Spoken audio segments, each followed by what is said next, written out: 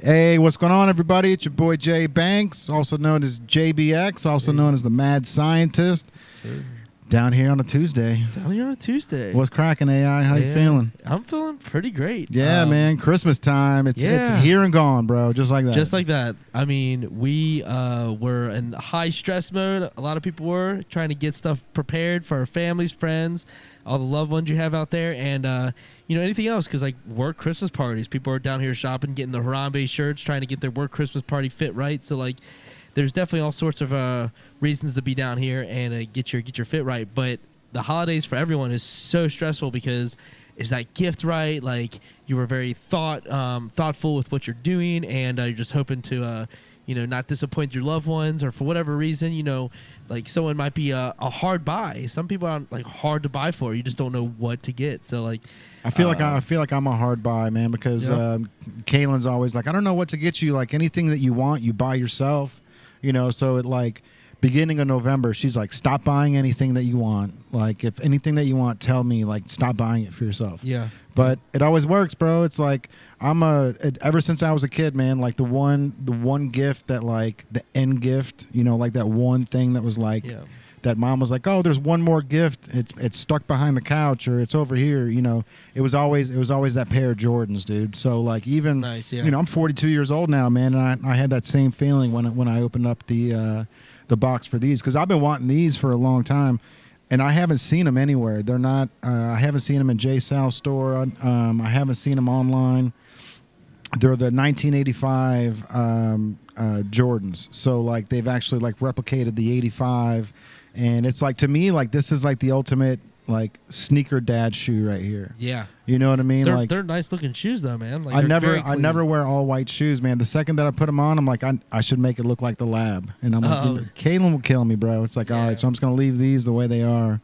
But I mean, they look good. I think they're clean, and it's the ultimate dad shoe, bro. They match everything. Yeah, it's like the Monarchs, but for sneakerheads. That's why I'm calling these right here. Yeah, bro. So this was one of my good gifts, man. And obviously, running a podcast and being like technical on speakers and sound and everything. Like, she also hooked me up with some lav mics, so now we can start doing like off. Doing stuff outside of the studio, you know what I mean? We can go do stuff, whether it be reviewing restaurants. I think that'd be fire, bro. Reviewing what restaurants, and like, I understand that the typical reviewing restaurants is like the husband and wife, because that's something that they could do together. Mm-hmm. But like, imagine 5 dudes or 4 guys going into restaurants and having like the conversations that you usually do, but reviewing the food as well. Like, because then, if it's you and your wife, it's usually polite, everything's great, but like, bring Jubal in. You know what I mean? Let Jubal sit at the dinner table, and let him be the one that can I get more ketchup? This bottle's low. Right. You know what I mean? And then him complaining about the temperature of the steak. Right. Last time I was here, or like maybe like, this hot sauce. When do you guys change this hot sauce? It's like type of thing. Yeah. Like, if you've been there before, like, when did you change the hot sauce? Like, what's different about here? What's going on here? You guys cutting costs? Start being critiquing them. Be like, what's going on here? Like, my experiences in the past. Like, because that's part of it too. Because with the new changes of times, companies are cutting back, changing recipes, putting different things. Cutting down on the thread count, bro. Yeah. I mean, it's going all the way down to the textile industry. Oh, it really is. It really is. Speaking of textiles, I'm rocking J Sal tonight. Hey man, shout out. He's had quite a Christmas season. One of his boys, who's been on the podcast often, we'll go on over to him. What's cracking, buddy? Yo, what's poppin'? We outside. Yeah, tell us about your experience as a J Sal now that you're there over the Christmas time. Man. Let's see. Because I see those lines, man. I see them. I see the people hunting for those shoes, the drops and stuff like that they can't find anywhere else. So. Yo, it's been a big change. Not in the sense of like from like a retail aspect, right? It's been a change where it's more so, just knowing your product a little bit more, right? So coming from Apple going to now I'm looking at stuff on a retail perspective, but also like in like a GM orientation, right? So now I've got to think about the business. What do I want to have in? What do I want to have in store? What are questions that are being asked? Like when people come in, and we're probably seeing somewhere close to about 300 to 500 people, like at least going into Christmas, and then today also is very busy in regards to foot traffic. Oh yeah. So it's just like asking them questions, right? And Jay, I have, the DJI version of that wireless mic. So I was thinking the same thing, like, bro, like having a moment where you can ask customers that are walking through, like, yo, what's a sneaker? Or what's something that you really want to see in fashion that like you want to be able to get your hands on, but it's been very difficult. So when you're able to ask those questions, now it's like, if you get time and you're not as busy, that you can like sit there and write it down on like, hey, somebody's looking for a Jordan 3 like OG Fire Red. Yeah. You know what I'm saying? Or something like that. Now, those are like holy grails compared to a retro reprint in some capacity, where it's like, hey, I'm looking for it in this colorway. So for me, Jay, your sister was over there on the phone talking about iPhone, right? Mm-hmm. And it was like, hey, we don't have this color or this color, but like, what's an option? Which is really where you have to get people to where it's like, oh, damn, we don't got it. And most people in retail space, especially with small businesses, stop at that. Right. For sure. Where it's like, oh, we don't have that in stock. Right. Versus like, I can show you what we do have in that particular like model. If you're looking for a Jordan 3, right. Cool, I've got other ones. What's your size? Let me show you what I have in your size.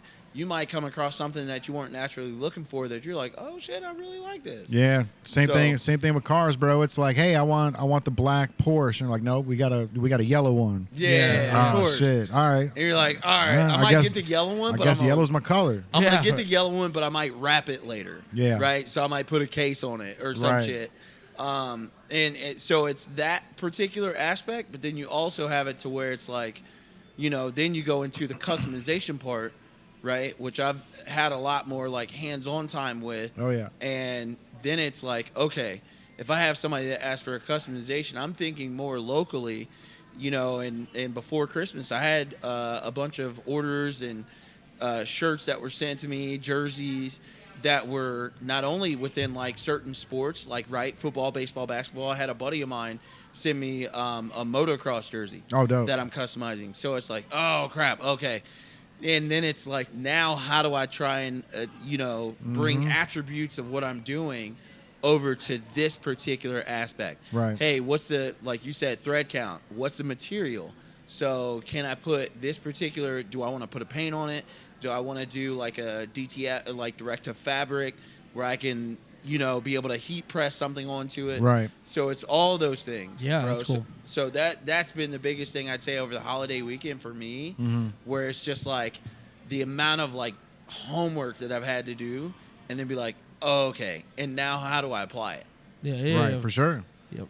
Yeah, bro. That's when it comes down to like the retail industry too, man. When it, especially in shoes, it's like, you don't want to steer the person in the wrong direction if they're buying the shoes for their kid, right? Because, the Fire Red 3s are totally different than, the military blues, and they might be the same shoe, but it's like, that's not the one I wanted, man. You know what I mean? Right.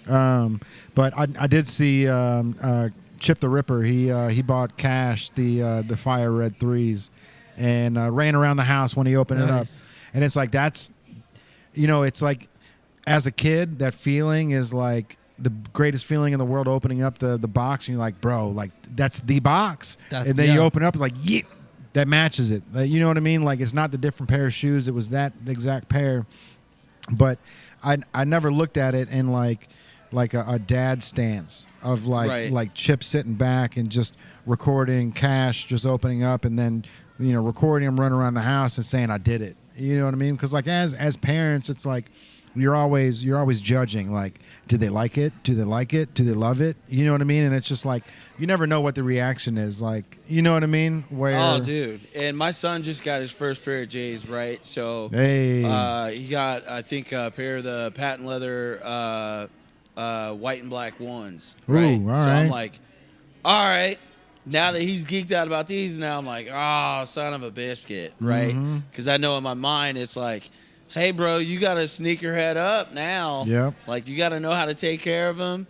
So he already, like, even with just, like, his regular kid shoes, he was in the aspect of, like, no, Dad, I need you to, like, pull up to where I'm not stepping in mud. Hey. And I'm like, all right, you little shithead, but okay, I get you, bro. I don't want to step in mud either, bro. Like, I just got these Panda Dunks together. Yeah. So, like, that's the thing where it's, you know, having now that, like, lens, so to speak, of dad, where, you know, he's asking these questions and, you know, hey, can I get a hold of him? All right. Just letting him being able to, like, tell him and see that happiness that he gets from, like, oh, I just got these pair of ones. Oh, yeah. I got this dirt bike, but I ain't going to wear my ones on the dirt bike because they're going to get dirty. Yep. And I'm like, yeah, you're right, bud. You don't want to do that. But now it's adventurous, too, in a sense, because it's like, you know, and I'm sure you guys know this from just the time that you guys have spent in the creative aspect of, like, making your clothes, right? Where it's like you creatively are pulling up what's the next thing that we're going to do. Whereas for sneakers, it's looking across the landscape of, like, what the new drops are going to be. Right. And then me going, okay, out of all these different drops, which one of these sneakers, you know, am I going to, like, ring into the store and then go, that's going to be the one that everybody's like, hey, do y'all got a pair of these? Like, I think it's Jordan Brand is getting ready to release, like, 9 different pair of Year of the Dragons. Yeah. And a lot of people aren't familiar with, like, you know, East Asian culture, but then to understand, like, think about if you were to attach a zodiac kind of thing to the Year of the Dragon. Jordan Brand has always had a Year of the Dragon shoe that they've dropped or a style that they've dropped, and it's always been one that's, like, highly sought after. Yeah. And very scarce to find. So then they're dropping a multitude of, like, different Jordans. So it's not just one it's not like only the Jordan 3s are dropping in the Year of the Dragon. It's 3s, it's, like, low 1s. It's a bunch of those that you're going to see. And They use, like, satin and silk on the shoes, too, Absolutely. a lot of it. So a lot, like the same type of, like, interior you would find on, like, a really nice suit coat, how it's got, like, the linen in there, and it's like, stitched in kind of silk. They use a lot of that on the material, too. So, like, the material is high-end material. high quality. The box is always super fire. Like, it's always different than the regular Nike box. Like, you know, and they those are things that go a lot farther down the road too, man. Like, I just picked up those Reebok Chinatown Market shoes. Fire, bro. And I got them from Chinatown Market's website. So they drop them 2 weeks before Reebok does, or before you can get them in stores. So they drop, like, a limited run, and I was hoping to get, you know how, like, Unheard Of did the specialty box for the mom's couch and grandma's couch. Yeah. You know, it's like that. Things like that go so much further for a sneakerhead, man. It's like, you know, because most of us keep the boxes anyways, you know, whether it's just to keep the shoes intact or, you know, just the fact of 20 years down the road, you know, I still have the box for it. Which, you know, I kept a lot of my boxes. My mom made me throw most of them away, but I would, like, you know, I was like, oh, I can keep these for storage. So I would store CDs and other things in those boxes and stuff. But, you know, when it comes down to it, man, it's like the box that Jordan does for the what was it, the Chinese Year of the Dragon. The Year of the Dragons. Yeah. So, like, you know, there's little things that just make that shoe so much more special. If it just came in a regular Nike box, it wouldn't have that I mean, it still might have the hype behind it, but, like, I feel like the resale value is a lot in the details. So, You know- so before you get to that, before you jump, I want to jump to the box thing. So, Yeah. what do you think on a value, like weighing the level of how much the box affects your excitement versus their cost? Do you think that it's worth to them to 100%. throw the marketing into the box, because like it's not something you can really it's hard to Yeah. gauge how much it doesn't have to be just the box, right? Like, when you open up the package, you move around the tissue just to see if there's some stickers in there. You know what I mean? Like it doesn't have to. You don't have to like reinvent the box or make it like a wood box for it to be special. Sure. But little things like when the Lost and Founds dropped, there was a receipt in there from oddly enough, it was a store in Covington, Kentucky. That was really? Yeah, it was that store cool. that was open in the 80s. I don't know why they chose that store, but that store was on every pair of shoes across the world. Covington, Kentucky was on the map for that that old 1980s receipt. That's pretty I don't cool, know I don't know if that was the actual receipt, and that's the reason why the nostalgia, Yeah. because they called them Lost and Founds because they found the shoes from. I think it's based on where, or like you were saying, it's different. I think it's based on different stores or sneaker shops that were open at that point in time when they Right. originally dropped. So then it's like a plug and play, right? Because there's like certain sneaker shops in Chicago that, probably isn't around anymore, but they're part of the Lost and Found collection because it's like you said, it was at this store at this time when it originally dropped, and then we found them. Yeah. And this is the receipt for that thing. You know what's crazy, though, to answer your question, Andrew, is like the box adds value, right? It But does. it's more so, think about it from like an artist standpoint. So if my entire presentation is not encapsulated just in the actual sneaker, but it's only, like the sneaker is only, 2/3 of the full presentation and experience that I'm trying to give you, then it is, maybe you have a customized box or a box that's specific to that sneaker and can't be, put in. You wouldn't put, a pair of Dunks in just any box if you had a custom pair of Dunks. Like, I just so happen to be wearing a custom pair of Dunks. Shout out to my homeboy, Campaign Cincinnati, you know what I'm saying? Anyways. But, like, if you have a custom pair of Dunks, and then on top of that, you might have, we're talking Panda. So then let's say you've got something oriented towards, an actual Panda, and you're customizing the box around it. Now you're looking at, or you're incorporating things that could be, around just the element of a Panda, which we're actually working on that concept right now. So ultimately, like, the box can add value, but it's overall presentation. So say, for instance, Jay, you know the designer Alexander John, the pair of Pumas that he did, right? Mm-hmm. Not only in the box that he had, did he just have like a custom or limited run amount of Pumas, but he also had like full presentation. So he had a card that, was written by him. Then he, added more value to the box, so he customized that as well. And he gets his name out there too, which is the biggest thing. I'm telling you. So it's not just one aspect of design, just from the standpoint of the collectible, which is the actual sneaker. Right. It's the other aspect of like, hey, how much value can I put into full presentation? So I think a lot of times, like, and that's why I try to do even and shout out to Alexander John, man. Like, a lot of what I try to do now art wise, where I'm doing like custom jerseys and everything like that, like, it's great just to be able to sell a jersey, but like there's other aspects of things that I want to indulge in, right? Where it's like, I now want to give you full presentation. So when you receive it, maybe you are getting stickers, maybe you are getting extra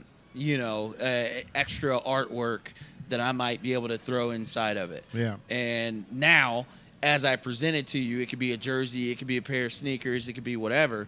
Now you get like the full encapsulated version. Yeah. So everything comes together. So the value makes sense. So if somebody's going to spend a pair of like Year the Dragon, right? If they're going to spend like, at the resale value, some of those $375, $400, $500. Yeah, of course. So then why wouldn't you want to have the value go into more than just the actual sneaker itself? Like, are you trying to flip it? That's one thing. Or are you going to wear it now? Can you get $500 value out of like something that you're going to get on your feet, or does it is there more that comes with it? Right. So, For sure, man. Did you get any shoes for Christmas? you know what's crazy is I did, but they were not for me. Obviously, I got my son. We got him a pair of Air Force Ones, Hey. and I have been working on. I would say like the thing I maybe got for Christmas was an Arsenal commemoration top. So it's a training top for Arsenal. It also is an homage to the former all-time leading goal scorer for Arsenal, Ian Wright. So he's a pundit on Sky Sports and UEFA Champions League, all that. But, Arsenal dropped a kit. And that's the thing, too, bro. Like, doing these jerseys, man, like, people don't realize, and I feel like I'm at the early stages of it, but there's so many streetwear brands like Palace, Off-White, that are working with, like, soccer clubs across Europe. Oh, yeah. And, dude, like, the stuff that they drop is so expensive. Yeah. And I'm like, fam, just think if you have like a local streetwear brand, like take for instance, Black Owned, right? And then they have that partnership with the Bengals. Now imagine if you've got all these different streetwear brands. I know that Tech Nine and there's another Kansas City streetwear brand that's working with him to do like that. I think it's the varsity Letterman jacket for the Kansas City Chiefs. So it's like now you're starting to see it come into like American sports, and you're starting to have that like cross collaboration where it's fashion meets sport, but now you're having all these streetwear brands, so think about if like Native is doing something officially with the Reds, right? To then see like that cross homogenation of like, yo, this is a local brand, so you can only get, this particular thing with this associated brand, and it's going to be a limited edition. Like, Yeah, for sure. AC Milan had Off-White varsity jackets that were only for the players. Yeah. And I saw one of those up, and it is a mortgage payment, bro. It's It's a down payment on a car or a house, or like straight up for that, just for an Off-White. And you're like, But it's just knowing value, man. It's just being able to see it, staying ahead of it. I think a lot of times, like looking at a lot of local Cincinnati brands surprisingly have been a bit ahead of the curve. I will tell you, there's probably 2 or 3 streetwear brands that I would love to see. I know that Bird Brain Apparel has been making a lot of waves. They're probably going to be the next up. Yeah. Bird Brain, In my opinion, they're probably going to be the next up just because of like how organic they really have been pushing like that brand. Yeah. And I got to give a huge shout out to my buddy Stephen Hartman, who it's his nephew that started the brand while he was in high school. Oh, nice. And everybody in his high school really started repping the brand, and then it started moving out. I think they've got a store. I know they have a standalone store, but I know they've got a store in the Liberty Town Center. Oh, dope. Or a kiosk there. One of the two. They went from a kiosk to a store, and then just kept moving. And then I think So that's smart, man. Because I actually saw a comedian named Josh Wolf who tours. He's pretty famous. He was on TV for a while. I think he had a show with who's that blonde chick? She's funny. She dated 50 Cent for a minute. Oh, Chelsea Handler. Chelsea Handler, yeah. So he was on the Chelsea Handler yeah. show, but he's a comedian now, and he was at the Funny Bone in Liberty Town Center probably a year ago, and I saw him and his son wearing the Bird Brand apparel. Oh, nice. So like that's something where hey, like, location is everything, bro. Right. You know what I mean? Because like that, I saw that, and I put 2 and 2 together because I've heard of Bird Brain Apparel before, but I didn't realize it was from Cincy because I saw it on the dude on a YouTube video. You know what I mean? So making moves, bro, for sure. Making moves, yeah. Yo, and that's the thing too, is like it only takes one time for a local brand to become a global sensation, right? And the one thing that you do is you like constantly just try to be as genuine as possible. Yeah. And I think a lot of local brands are really chomping at the bit, and they're very close.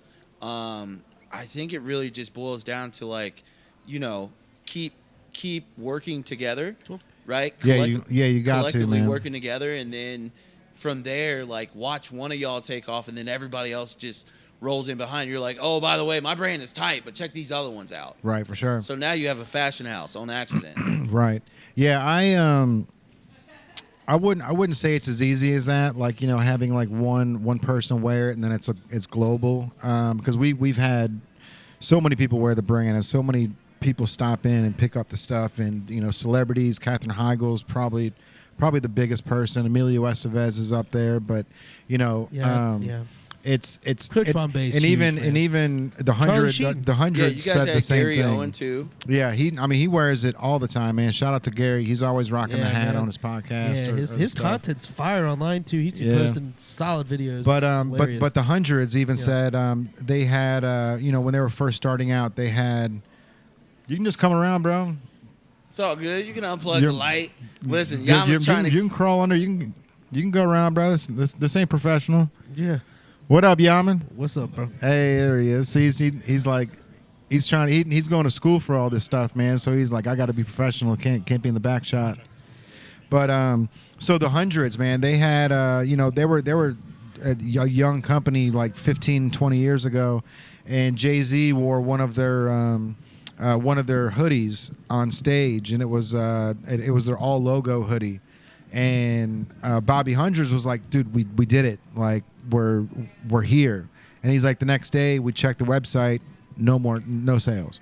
He's like, so nothing changed, right? Like, even though we had this millionaire who's got millions of followers, wearing our stuff, nothing changed yet. So like, the work still has to be done. You know what I mean? Yeah, and I think, and don't get me wrong, right? When I'm saying like it only takes one of those moments, it's like simultaneously while that does happen, now you have had like, for you to get to that point, you had like 3 to 4 months or 3 to 4 years of work that you had to put in. Oh yeah. And then most people, once they get to that moment where Jay-Z's wearing the hundreds XYZ, right?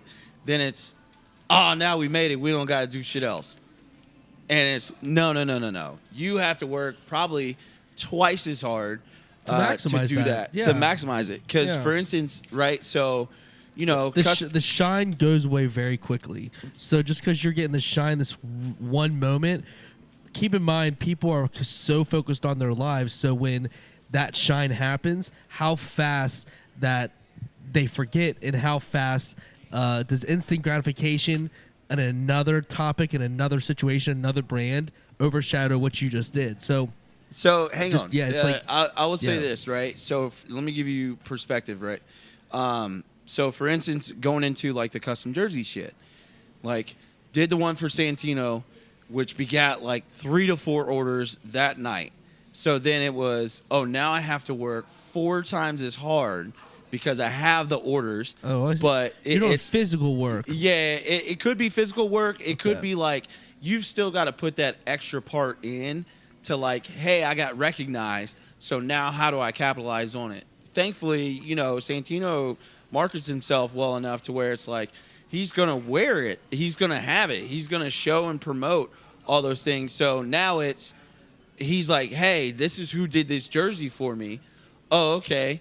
Now I've got to be working on at least 3 to 4 more things on top of just that, or taking an order for something similar to the jersey I did for him.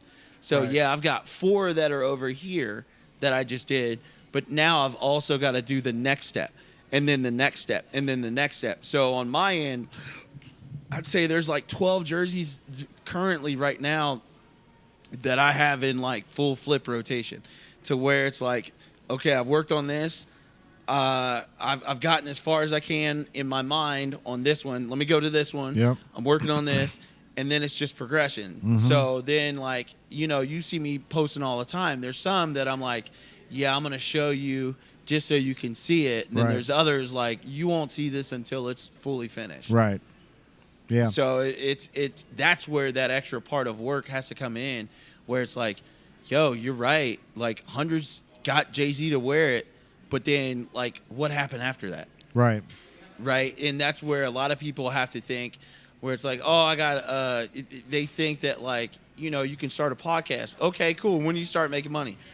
That shit don't even start happening until like 3 to 4 years down the road. Right. If you're lucky and you find like the right like ball of energy, you're in the right place, somebody comes across and they like your content, cool, whatever. Right place at the right time, but you got to be prepared too, man. And that's the thing. So like the hundreds, I'm sure, you know, they look back on it and say, man, I wish, you know, we would have had a photo of the you know, the hoodie that he wore, and then we could have marketed it that night, you know, and tagged Jay-Z.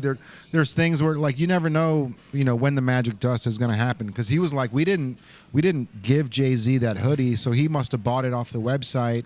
Right. We shipped it to him, didn't even know it was Sean Carter, you know, and then all of a sudden he's wearing it on stage. And so like we weren't, you know, I don't know if they were prepared or not, but they didn't have the presence online, or at least the ability to ride those coattails, you know, which is one of those things, man. It's like you always have to be prepared just in case, you know, like those girls that just came in, one of them's got 10,000 followers, and, you know, they're everyone's doing jam dancing now, bro. Is that what it's called? Slam dancing, jam dancing?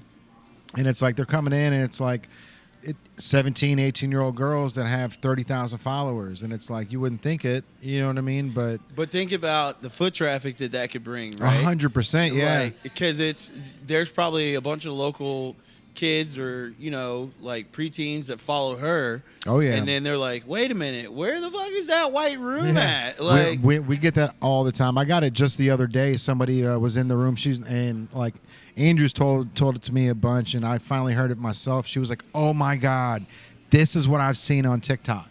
And she's like, I didn't know where it was. And that's the thing, like we've gone viral or we haven't gone viral, but that room has gone viral hundreds of thousands of times. But no one tags the brand, you know, no one hashtags like, you know, like we ask them. So, you know, it's their videos that are getting all the attention, and it's just not reciprocating to the store for some reason. Yeah, but, you know, those are things that we need to work on, you know, building our own selfie station where you can hit the button and then 5, 4, 3, 2, 1 takes a picture, put your phone number in, we'll send you the picture, and it'll be uploaded to our page. You know, something like that. We're working with a guy named Chris Brock to make happen. Yeah, man. Oh yeah. Dude, he's awesome. His community's so active. I love watching on Facebook. Really. Yeah, like, bro. I don't get my notifications on Facebook are weird. Like Facebook doesn't really show me what I love to see, but I do see every time he posts.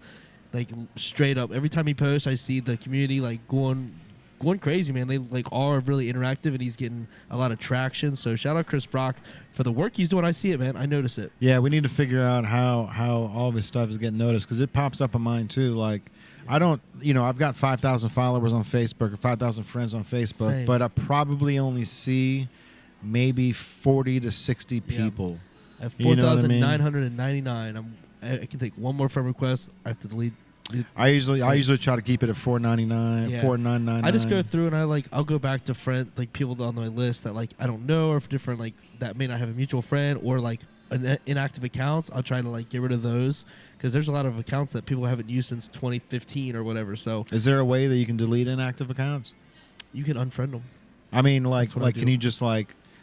Oh, I don't know. I'm sure Facebook has a way for you to.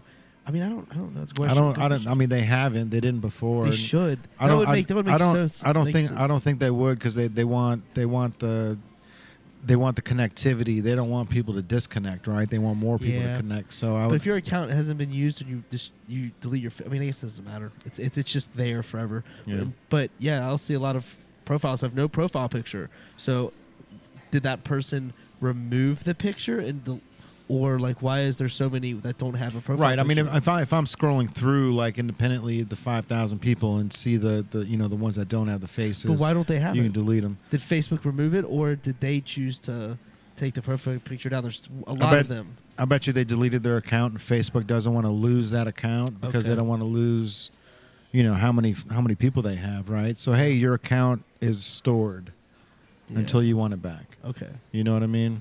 I could be wrong, but that makes sense though. But yeah, looking at it as a business perspective, you know, your retention needs to stay high, right, or Yeah. low. You don't want to lose anybody.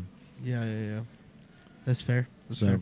but MySpace did the complete opposite, bro. They just I think they got rid of everything recently, Yeah, you can't find any of those. which sucks because it's like that was a whole different like era, right? When it came to Social the internet, social media, yeah. bro. That was when. That was before social media was a term. Do you remember the website thedirty.com? Yeah.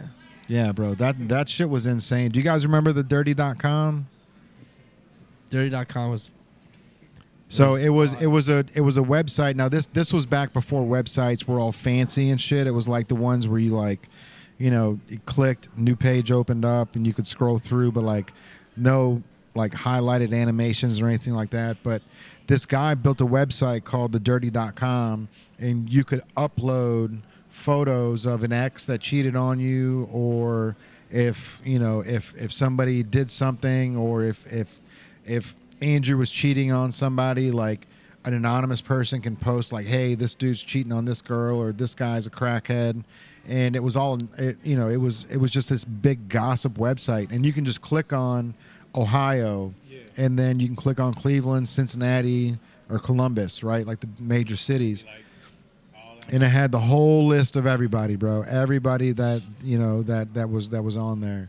And the guy ended up getting sued. The dirt. Yeah, the dirty.com, bro. Dirt McGirt. Yeah. They got like little pages on Facebook. You gotta Like bring that. that mic up. There you They go. got like little pages on Facebook where it's like that. Yeah. Oh, I'm sure it all The started fake, from the dirty.com too, bro. Yeah. Um, Dude, there's the thing about the old, like, I guess, what they call it, the Web 1.0, Web 2.0. They have different eras of whatever. Those ages, like, I feel like that's like we've gone into a whole new level of like this era of internet is just so instant. Where back in the day, I feel like things just moved. Like you had the time to be like what now would be vintage. Like vintage on the internet is like only 10, 15 years ago. right. Like and like now it's. Is there anything that's actually going to be vintage? Because everything's 15-second reels. Everything is gone. There's no sustainability other than the here and now, what we're doing. Like, the internet's usage is just so different to me. And I was just thinking about, as you were saying, like, MySpace. I was like, MySpace wouldn't be able to survive in this era because it would be way quicker. They, like, the fact that they could have a profile song, like, but now it'd be like maybe a profile video, like, TikTok, like I just couldn't imagine what Facebook, if they would have pivoted and continued on what they would be now. Yo, Based but on their- let's based- really talk about MySpace for a minute. Let's go. Because like let's talk about how much time was spent into like Making the top 8, dog. like creating the and that's one of those things too, bro. Like, you kind of had, that was like the first introduction to like website building, right? Yo, that's what I was gonna say. Like, bro, you became a web developer. Yeah, bro. With fucking like, oh, listen. And then if you saw somebody, so for instance, You had to put codes in, bro. Oh, dude, if somebody had a code and you wanted that shit, and then you like had to reach out to this person, there were people that were growing on MySpace and like banking. I'm Oh, yeah. talking like banking just off of the fact that they could build like MySpace like pages. You wanted it in a particular colorway. Like, what was it? I think I saw some shit that was like, I'm this old. And then it was like, tell somebody how old you are based on like something that wasn't around. And I went, Yeah. Winamp.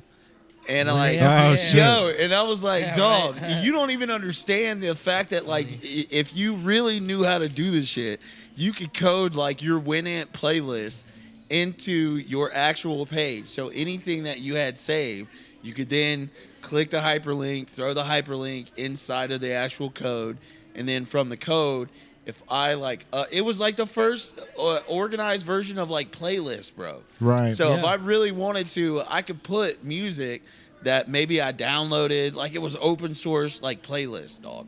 And dude, Jan, MySpace- did you have MySpace, or are you too young for that? I had no. It was going on around that time down south. We was doing like Facebook, and it was this thing called Bebo. Bebo? Yeah, Bebo. We was doing Okay, a thing nah, called never. Bebo down south. And it was just like Facebook or MySpace? Bebo, I don't like. All right, so like Bebo, you could make your own profile and you could like play music and like if someone clicked on your profile, like you could have your own like I guess theme music. Something like that. You know what I'm So saying? it's similar. It's pseudo. It sounds similar to MySpace. Yeah, it sounds similar. It was like that. Bebo. Because there were some times that you could do, like if somebody just landed on your page, like let's say I went to Jay's page, and like as soon as I got onto Jay's page, it already had like music playing. That's how Bebo So was. it was like he's got a set list of music depending on how much music he's able to do. Yeah. And then you remember you had top 8. Then MySpace went from top 8 to top 10. Top 16 is top 24. Yeah, so it was Like top- it expanded to like your top friends. Oh, So okay. So and you like, and you can you can pick your top friends instead. You know how like like Facebook doesn't do that, and then Yeah. Snapchat, whoever you're talking to that day is like your top friend, but like Yeah. you actually got to choose your top 8 list or your top Oh, it 16 or started 24. so many Yeah, my fights. homies, my boy Dominique, he put me on Bebo, but I kind of got on there kind of late. I knew about like once you get on the profile, you have your own music and stuff like that. But like I guess like around the time where I got into it, that was that Facebook part. You know Yo, what I'm saying? let's that's all right. Facebook So age. let's continuing to talk about like lost in space, social media, like Tumblr. I never bro. could get it. Tumblr. I never got into I had Tumblr. a Tumblr account tied into something where I think it might have been Instagram, where I could post on Instagram or something, or maybe it was a third party app where like I could post just to this one and it will post to Tumblr and even a Japanese like Instagram, like Okay. whatever the Japanese version was. So like for a while there, like I was checking every once in a while just to see if my Tumblr was like popping off, because like, you know, even though I wasn't on it ever, I would hop on there and it was my, you know, it was daily activity on there from me. You know what I mean? Because it was just tied into another app. But Tumblr was one of those ones that can do that not safe for work, right? Like shit where, you know, you could see sex videos or like sex tapes. You could see a lot of stuff that was very. They would call it like an artistic website at first. Yeah. Right. Because like anytime I was on Tumblr, bro, I was just looking at sneakers, fashion, soccer shit. Right. Because that's how I would be able to find out what like soccer cleats were coming out months Yeah. before, because they would have like the European drops of soccer cleats before they hit the States. Yeah. So, like for me, I was looking for like the most unique shoes I could find. You know what I'm saying? To where it's like I've always been about my feet, because I played a sport that like it was so essential for you to have like, not only do you want to have something that's stylish on your feet, but you also want to have something that like you can play in for a long Comfortable. time, bro. Comfortable. And it's super comfortable. Yeah, comfortable. Bro, the Adidas Predators, like, they just redropped. And this is crazy, bro, because, like, if you're a soccer player out there, you know about the Adidas Predators. I think they originally introduced them during the 1990 World Cup. But I know during the 94 World Cup, they had them. And, like, a lot of players all across, like, you know, like, with sneakers, bro, that's... You know, think about the All-Star game, where it's like we're going to find somebody that's got the shoe surgeon. Right. I was just watching, or I just saw something. The shoe surgeon did cleats for one of the receivers for the Grinch. No, they were the Air Force One, but they were like they had like crystals in them. Oh, dope. So they were Air Force One, like the Chicago versions, the black, red and white ones. Okay. Right? So they were those, but he had like crystallized colors in the white and the red. And one of the wide receivers for the San Francisco 49ers had them on. Bro, Dope. crazy. But it's like, oh, damn, I would love to get a pair of those. Like, the shoe surgeon is so large now that, like, I was going to the gas station today, got gas, and I heard an ad off of, like, Speedway. And they were like, oh, enter to win a free pair of shoes by the shoe surgeon. That's crazy. Wait, what? That's crazy. Everything he's putting out is ridiculous, dude. Everything, like the snake skin that he uses, like, or whatever that shit is, like, every time he's putting a shoe out, it's like, bro, like, somebody needs to at this point, he should just mass produce these things. I mean, I understand he's getting like 2 Gs per shoe because every one of them's custom. Right. But bro, like drop 250 of each size it as reps, right? And then let one person keep the OGs. You know what I mean? Like, so, and then raise the price to 3,500. I will say the molds are really expensive. So for you to get like a sample, it's anywhere from like a sample sneaker, and this is not just calling like half sizes. This is just calling any size. More often than not, they're gonna do it in full sizes, so it's either gonna be 10 or 11. But damn, those can be like anywhere from like $5,000 to $10,000 for the mold.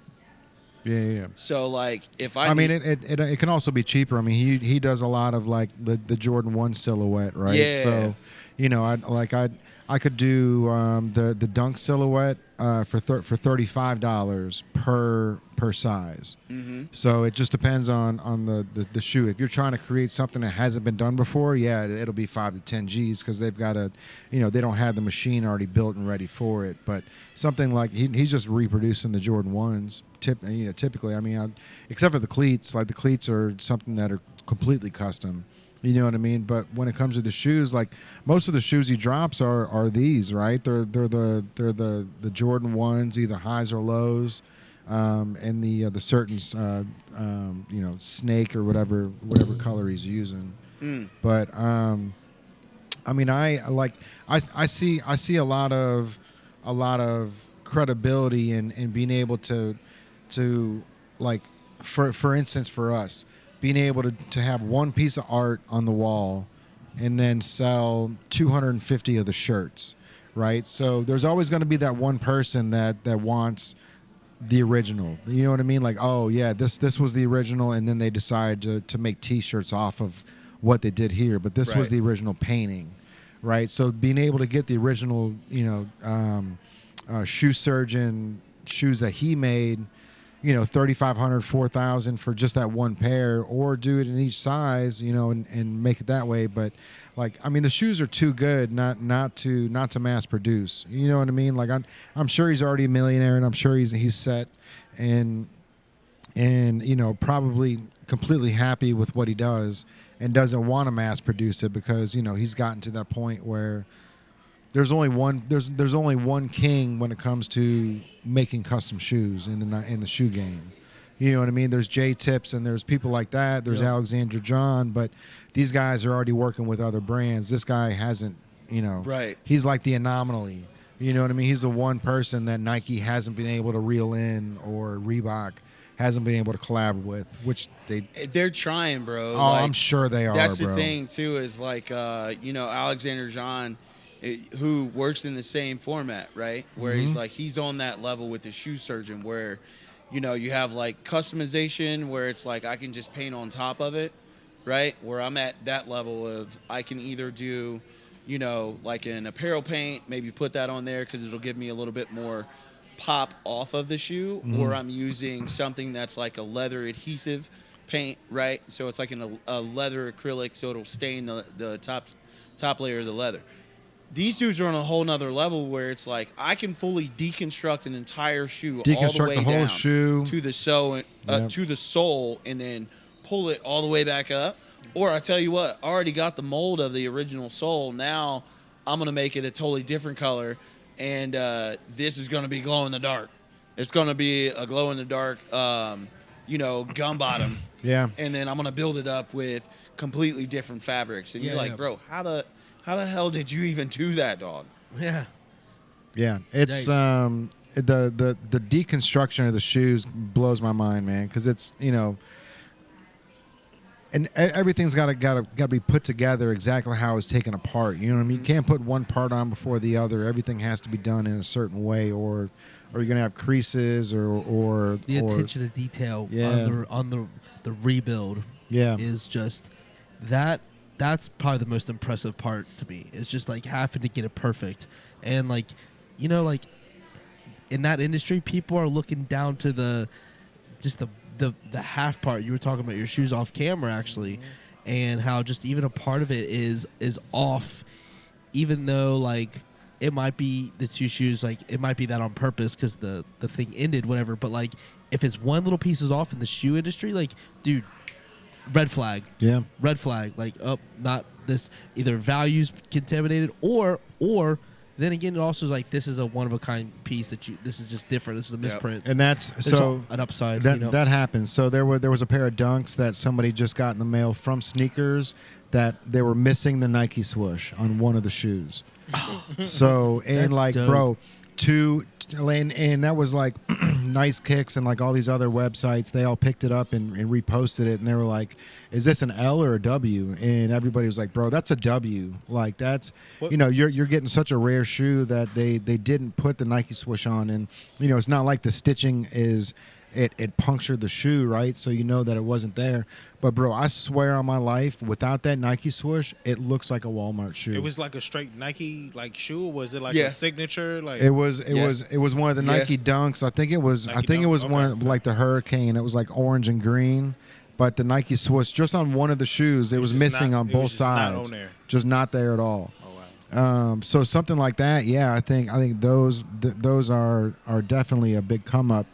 But the shoes, you know, the sneaker industry is weird though, man, because when you've got, you know, when Nike's making the shoes, the ones that have the glue that seeps out between the sole and the shoe, those end up getting sent to the Nike outlets or the Nike stores, right, at a little bit of a discount, or in other instances, which is happening right now, dude. Ross is getting a bunch of the Jordan 3 reimagines in for $89.99.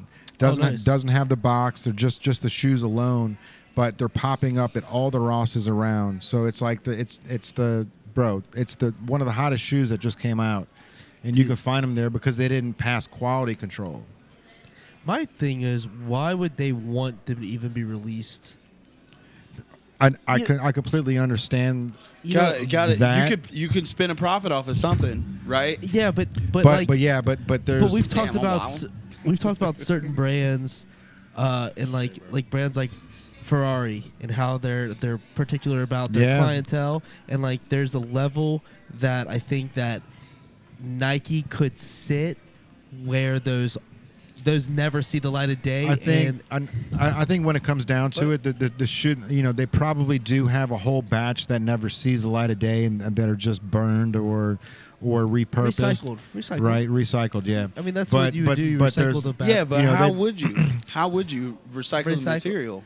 I If think- you've already got a cut Okay. for that particular shoe, yeah. right? If you've already got a cut for that particular shoe, so if it's a Jordan 3, you've got the upper cut the way it needs to be, but you just like messed up, like Jay said.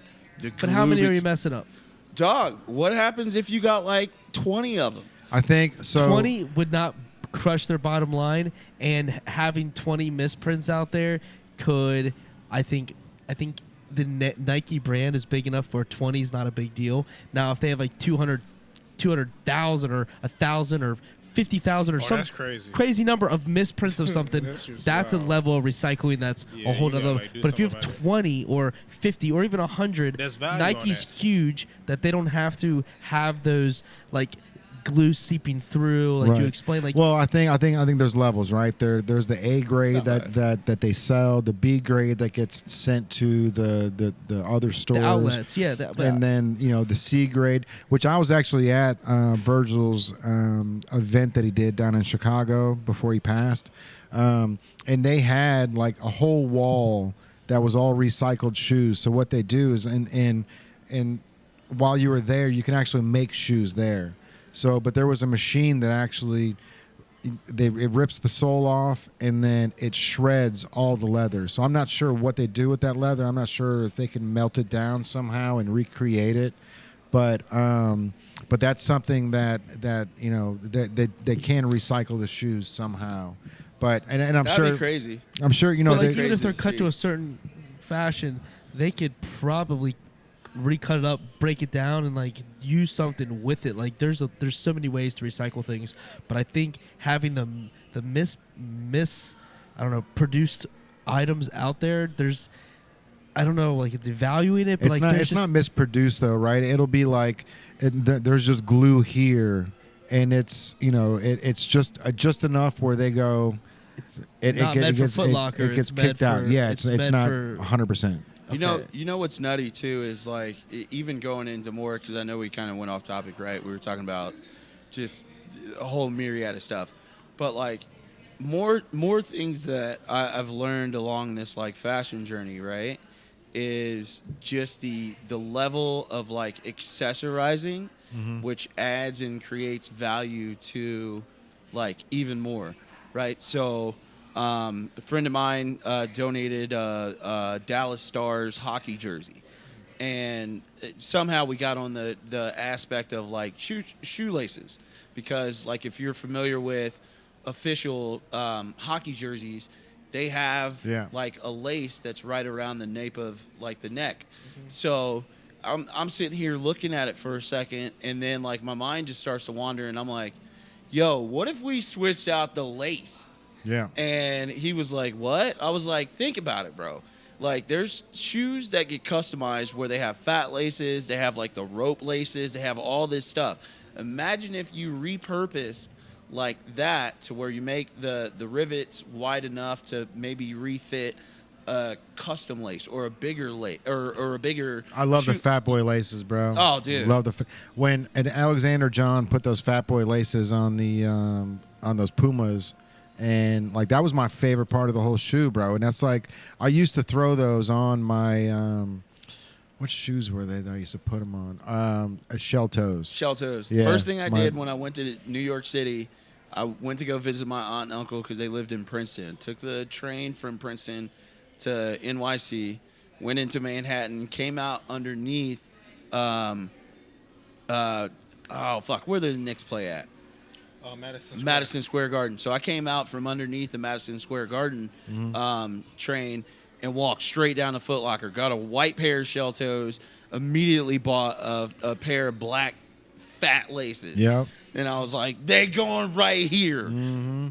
Yeah, I got the same ones. I got the high tops with the I think it's the black Adidas logo on the side. Now I've got the white Fat Boy laces on them. Ooh. But love that shit, bro. Them Fat Boy laces are such an 80s feel. It's so underrated, but that's the thing too is like think about it in that aspect. So not only are you coming to get a shoe that's very hard to acquire over at JSOW, right, or any sneaker boutique for that matter, but like if you have an enhanced aspect, like bro, like the thing that with being over there for the short amount of time that I have, since leaving Apple is just being like, okay, I'm going to take all the things and knowledge that I've learned from working under a Fortune 5, which is they're one of the higher Fortune 5s on the list. But just going from like that customer service aspect and being like, oh, okay, this is how you go from like, yeah, we're consumable to we are a household brand name that you will sit on par with like McDonald's or, Macintosh, Microsoft, like shit like that. So it's adding more aspects into like the consuming part of it, right? Like how much more beneficial can it be for the customer? So if you come over to get a pair of sneakers, now we've got all these assorted laces that are here. Oh, on top of that, we've got like shoe protection kits, right? Oh, by the way, you can come in and get like a full tech suit from a local brand, and it's less expensive than a Nike tech suit. It's on par with the Nike tech suit, but it's still like $100 less that you could put somewhere else. Right. Right? So now you can come through and now you've got a whole capsule. And being able to do that and add to that aspect to where it's like, I just don't want to be pigeonholed in one way of going into a retail space, especially with us being reseller. It's what other abstract things. And I took this, a page out of your notebook where it's like, oh, yeah. We've got what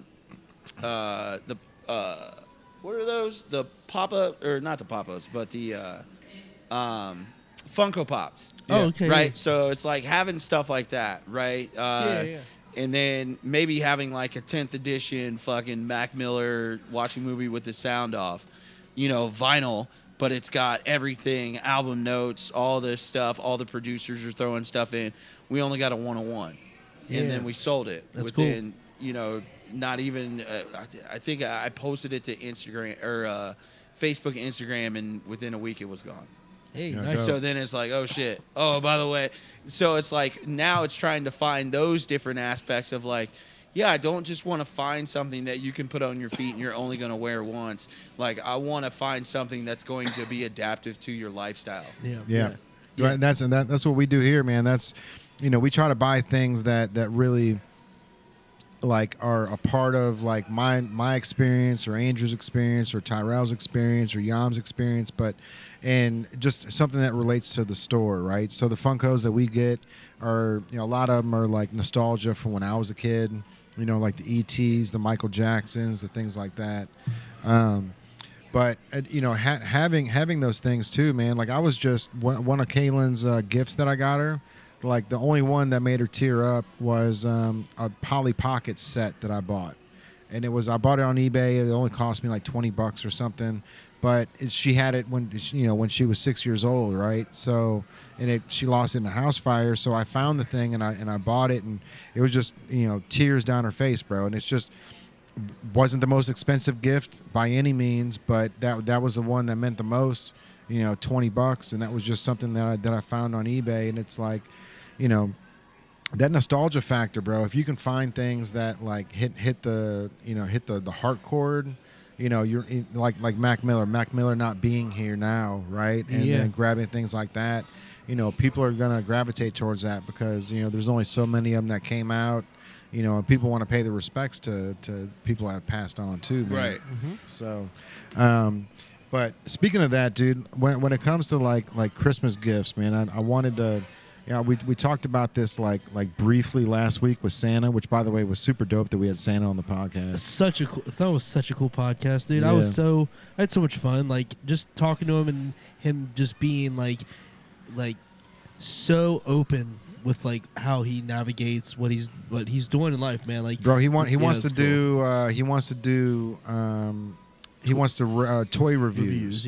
Reviews. So like he wants to actually do it here, like at Native. So we're talking about trying to, get Santa to fly in from the North Pole, like maybe once a month to review toys, that you can buy at Sam's or Walmart or Toys R Us. He'll tell you if it's worth the buy, if the age range makes sense for what they're advertising. He's gonna do all the different dynamics and this before Santa.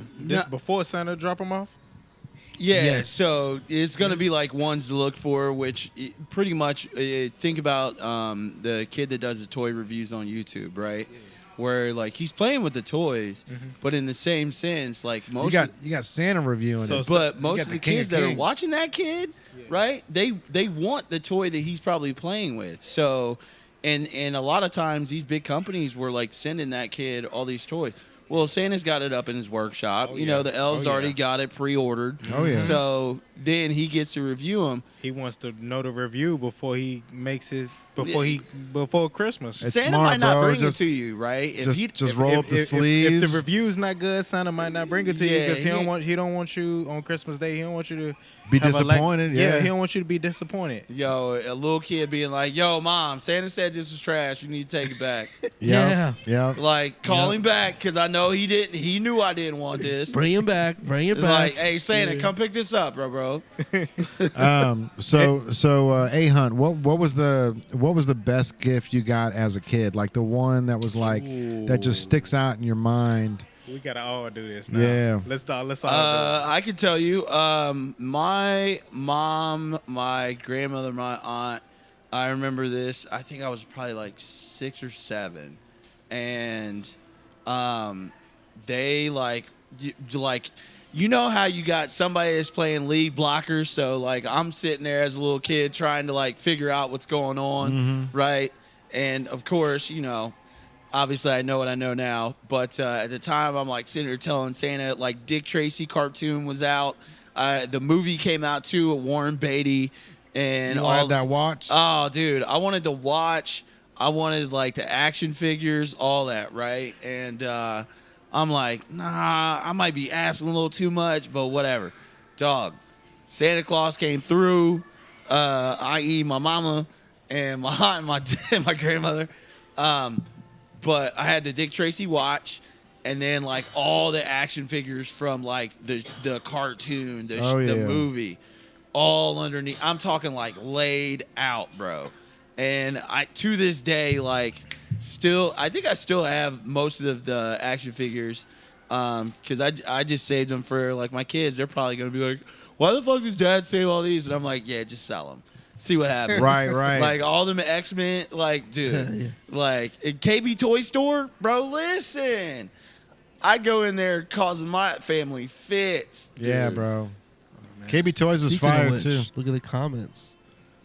Hey, Santa's watching. Hey, Yeah, Santa's listen. watching. Let's go. Yeah, man. Yeah, try to tell him. Hey. Santa came through, bro. What's up, Santa? How is- Shout out to Santa. Shout out. Santa, man. Hey, he's finally having that cocktail he was talking about. He man. deserved it after all the work he just put in. Oh, Yeah. big Man. tired. So- Yeah, it was but a long, it says from him, Happy New Year. He's already wishing us a Happy New Year, and we're excited to have him doing these reviews. We're going to help him out and do a bunch with him. So love to see you, Santa, coming through here, and we'll hopefully do a podcast, maybe do like a Christmas in July and talk about where he's at halfway through the year coming up or something like Yeah. that.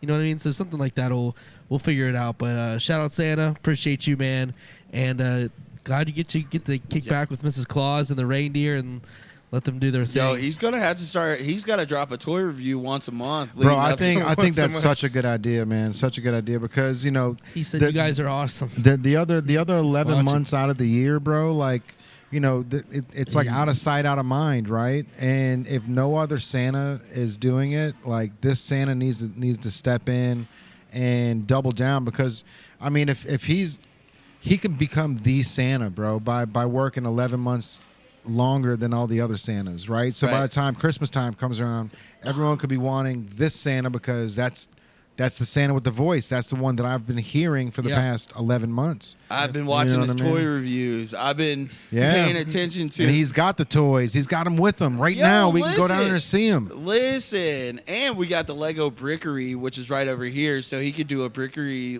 couple of Lego reviews too. Dog, Dude, like, could you imagine seeing Santa get frustrated trying to put Legos together, like because he's got his oh mittens no, on? we'll already He's- have to have him pre-made for Santa. No, That's dude, just- I think it'd be You amazing. gotta have it pre-made. That'd be amazing, dude. But yeah, seriously, man, this is I think it's a great opportunity for us and for Santa as well. So if we can get him down every once a month from the North Pole to do a review, I think it'd be incredible, man. Yeah, man. I think it's gonna happen. We were And I making think plans. I think the smart thing to do with it is to be able to go, okay, this is the toy. These are the toys that I bought from Sam's, or these are the toys that I bought from Big Lots. These are the toys that I bought from Toys R Us, right? So like, you can do it in sections where the Big Lot toys are obviously going to be cheaper, but there's some good toys there. You just gotta search out and find them. You have to know what you're looking for. Yeah. Yeah. So I think that might be that might break down the genres too. You know what I mean? Of like Santa can go to he can go to Louis, get him in Louis Hey, over yeah, there, and yeah, then yeah, have him review some stuff. You know what I mean? For the for the rich folk, For the ones for with the rich folk. with a little bit of extra dough to spend. Yeah. Yeah, All right, man. yeah. Jan, bro. What's the going gift, on? man? Oh, what Santa? Yeah, bro. What was the one gift that you got Hey, as a look, kid? you know what? Hey, look, with Santa, I'm gonna tell. Hey, yo, Santa, thank you, cause 2002. Remember the year? Oh yeah. Oh yeah. You All right. know, I ain't never get a chance to play football, but I wanted to. Mm-hmm. And he blessed me with a football jersey and a football helmet. Oh, nice. And you know what I'm saying? I had like that, and he blessed me with a PlayStation 2. Oh, all right. And then that's when I got NBA Live 2003. I was going crazy with it. Damn, it's so crazy to hear like when Yam got this PlayStation 2, and then when I stood in had line a for PlayStation, it. Oh, when come I had a on, bro. PlayStation Hey. 2, I'm like, golly, Yeah, nigga, bro, I'm I- old, bro. Bro, I remember driving to Best Buy to make fun of everybody standing in line, waiting for the PlayStation. That wasn't even. It wasn't until the next morning, right? So these people were there at 9 o'clock at night, and I realized that there was only about 40 people in line, and they had over 100 PlayStations.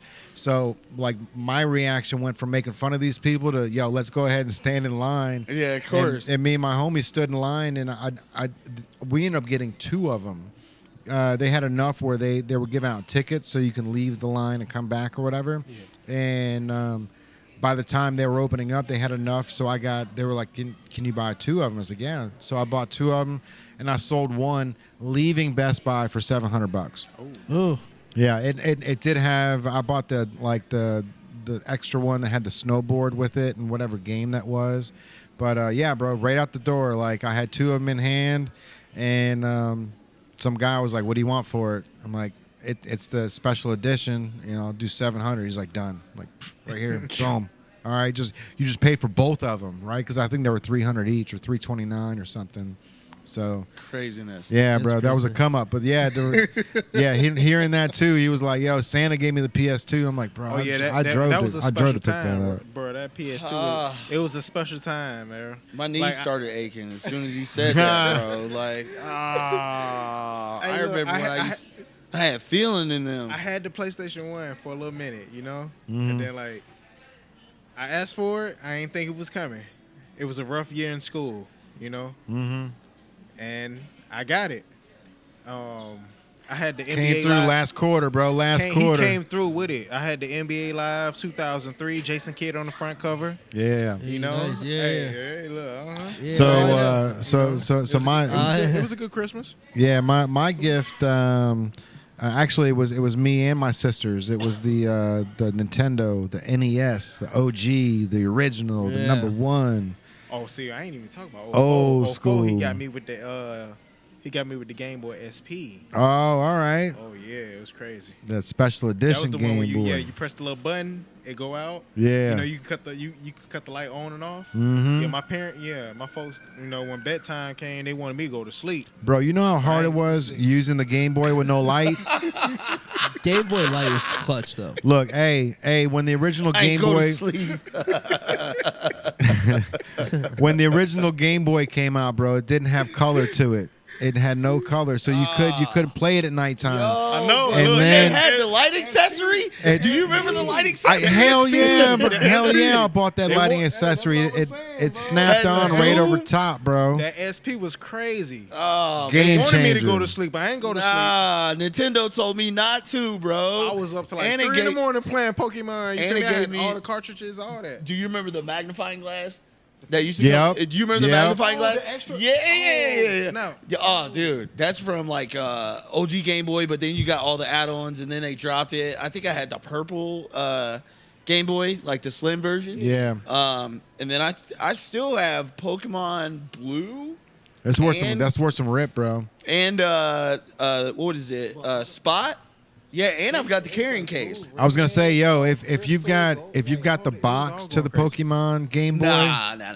like you're looking like $300-400 for it. right Oh man, nah. I mean, I'll get shit. Somebody gonna buy them for $300 or $400. Yo, check this out. So I got the Game Gear one year, and I was cutting lawns and doing stuff to make money, and there was this little insert where you can it's just like a game, but it had little rabbit ears, and you can watch TV with it.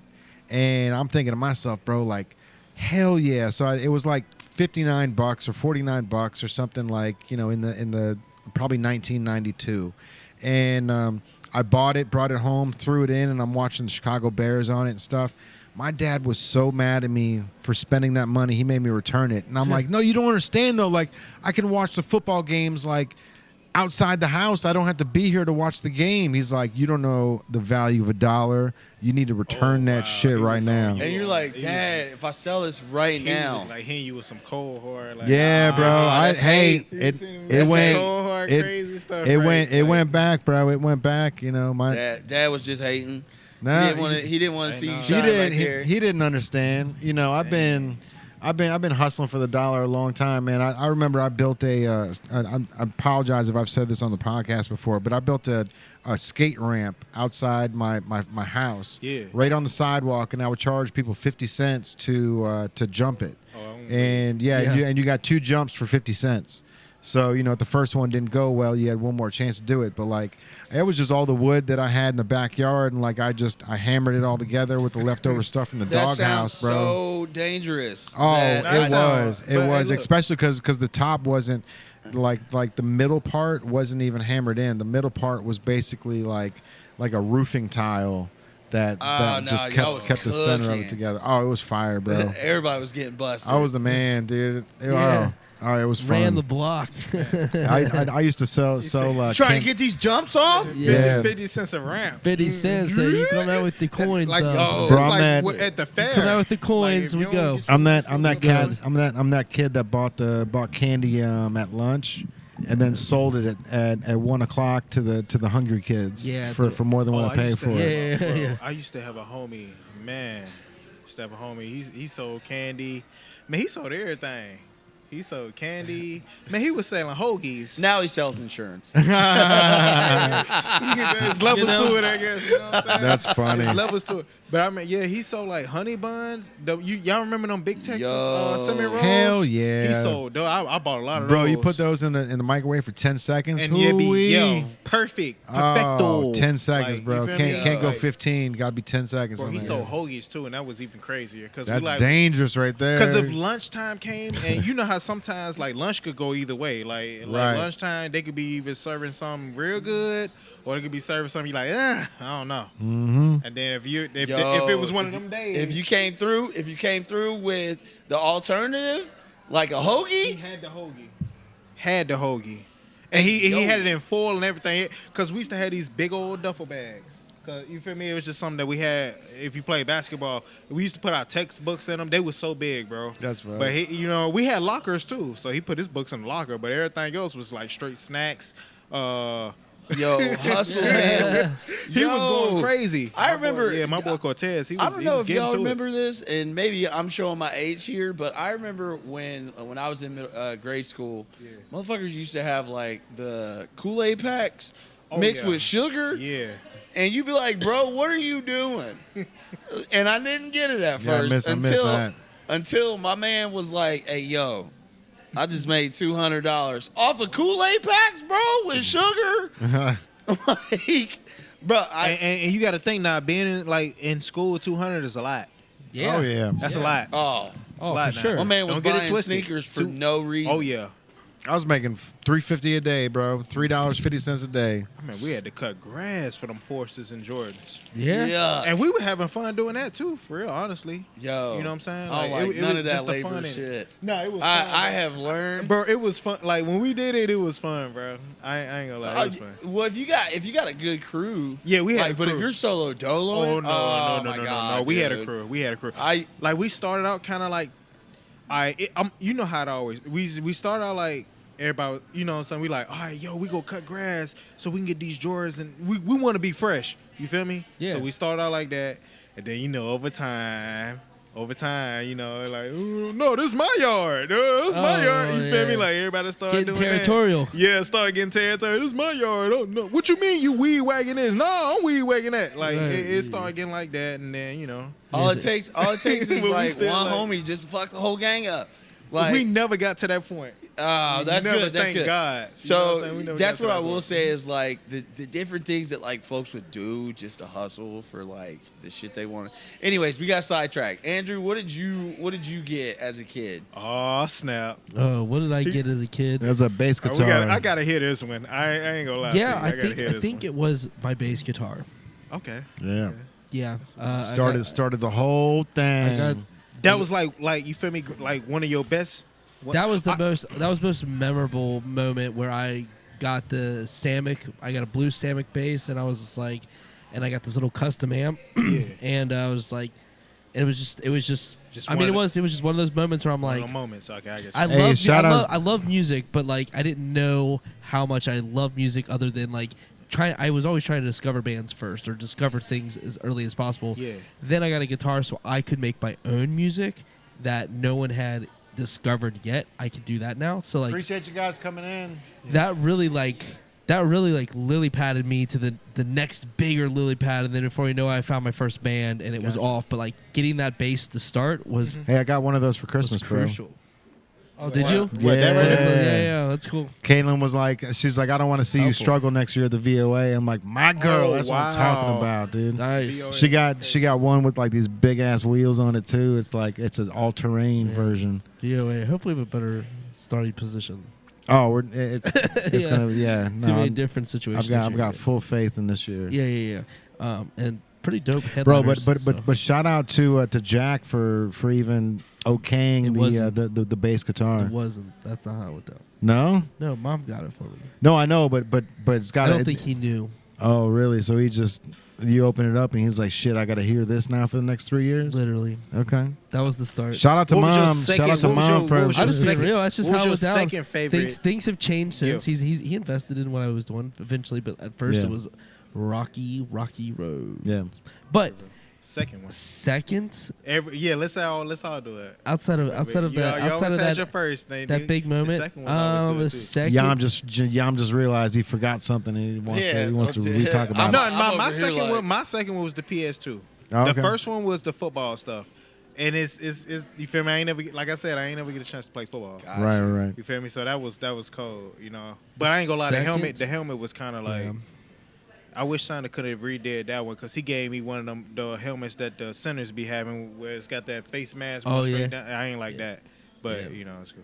you got the hardcore helmet though. Those are the The trenches, duck bro. helmet. He gave me Yeah. the duck helmet. Those guys go the hardest. They've got the most weight to throw around though, but Yeah, I was using. yeah, it. bro, Like, I was- they go hard in those trenches. I don't want to be in the O line, D line. That's a hard area to be. But I would say the second most significant gift I've got yeah. when I was younger. I mean,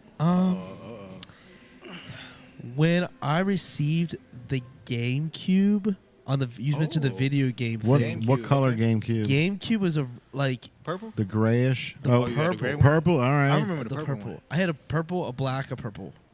I Okay. had three because if you my brother Chad. You got Chadwick, three? I had three total. I had to keep buying them because Chad would ruin them, and I had all these games. Yeah, all you have to do is rub your finger over the lens of the, like, you know how it pops open? There's a lens right there, and you can fuck it up easily by It's- rubbing on it. Like you could It's have got it for like a day. it's got like a and ruin it. spring on it. That's Yeah, crazy. you could ruin your GameCube, and you could open it out of the box, open it up, never play a game, and it could work perfectly. And you put your finger on that little. It was like a little square, but like a little like bump. Yeah, it was like a little LED light. It looked Yes, sitting and you on touch it. that, and your whole GameCube was done. Oh, Fuck yeah. And your whole game. I had to get two others. Because I had all the games, so like the amount of games was worth buying the For sure. the GameCube again, and I was committed to it. So I got it. I got a black one, then another purple one, and Oh, little man. What's up, little man? What's up, buddy? Hey, man. Hey, Y'all what up? in it, What's bro. up, man? He like, Hey, what's man. up? hey, Like, He what don't y'all know what doing, he bro? on. He's like, What's y'all, going on y'all right pay now? to get these windows clean? Oh, Yeah, let me rub hello. my face and breathe on it. I'm gonna lick this window right quick.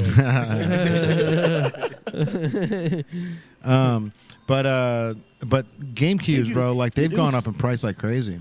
I haven't seen the prices in a minute. I wasn't really looking at the They've game system. they've got so many situation. different versions that it Do was they? it was Okay. yeah. So Yeah. they've got like the black version, they've got the standard like gray, they've got a silver version, they've got a gold version, then they got the purple version. Pokemon versions that have like an embossed like Pikachu on the top of The it. Pokemon era was like literally like yeah, hands down like Crazy, and it's It was just it's crazy, full bro. force right now, bro. Like if you've got a Pokemon Nintendo 64, like without the box, you can get $300 for it. Like with the box, you can probably get 500.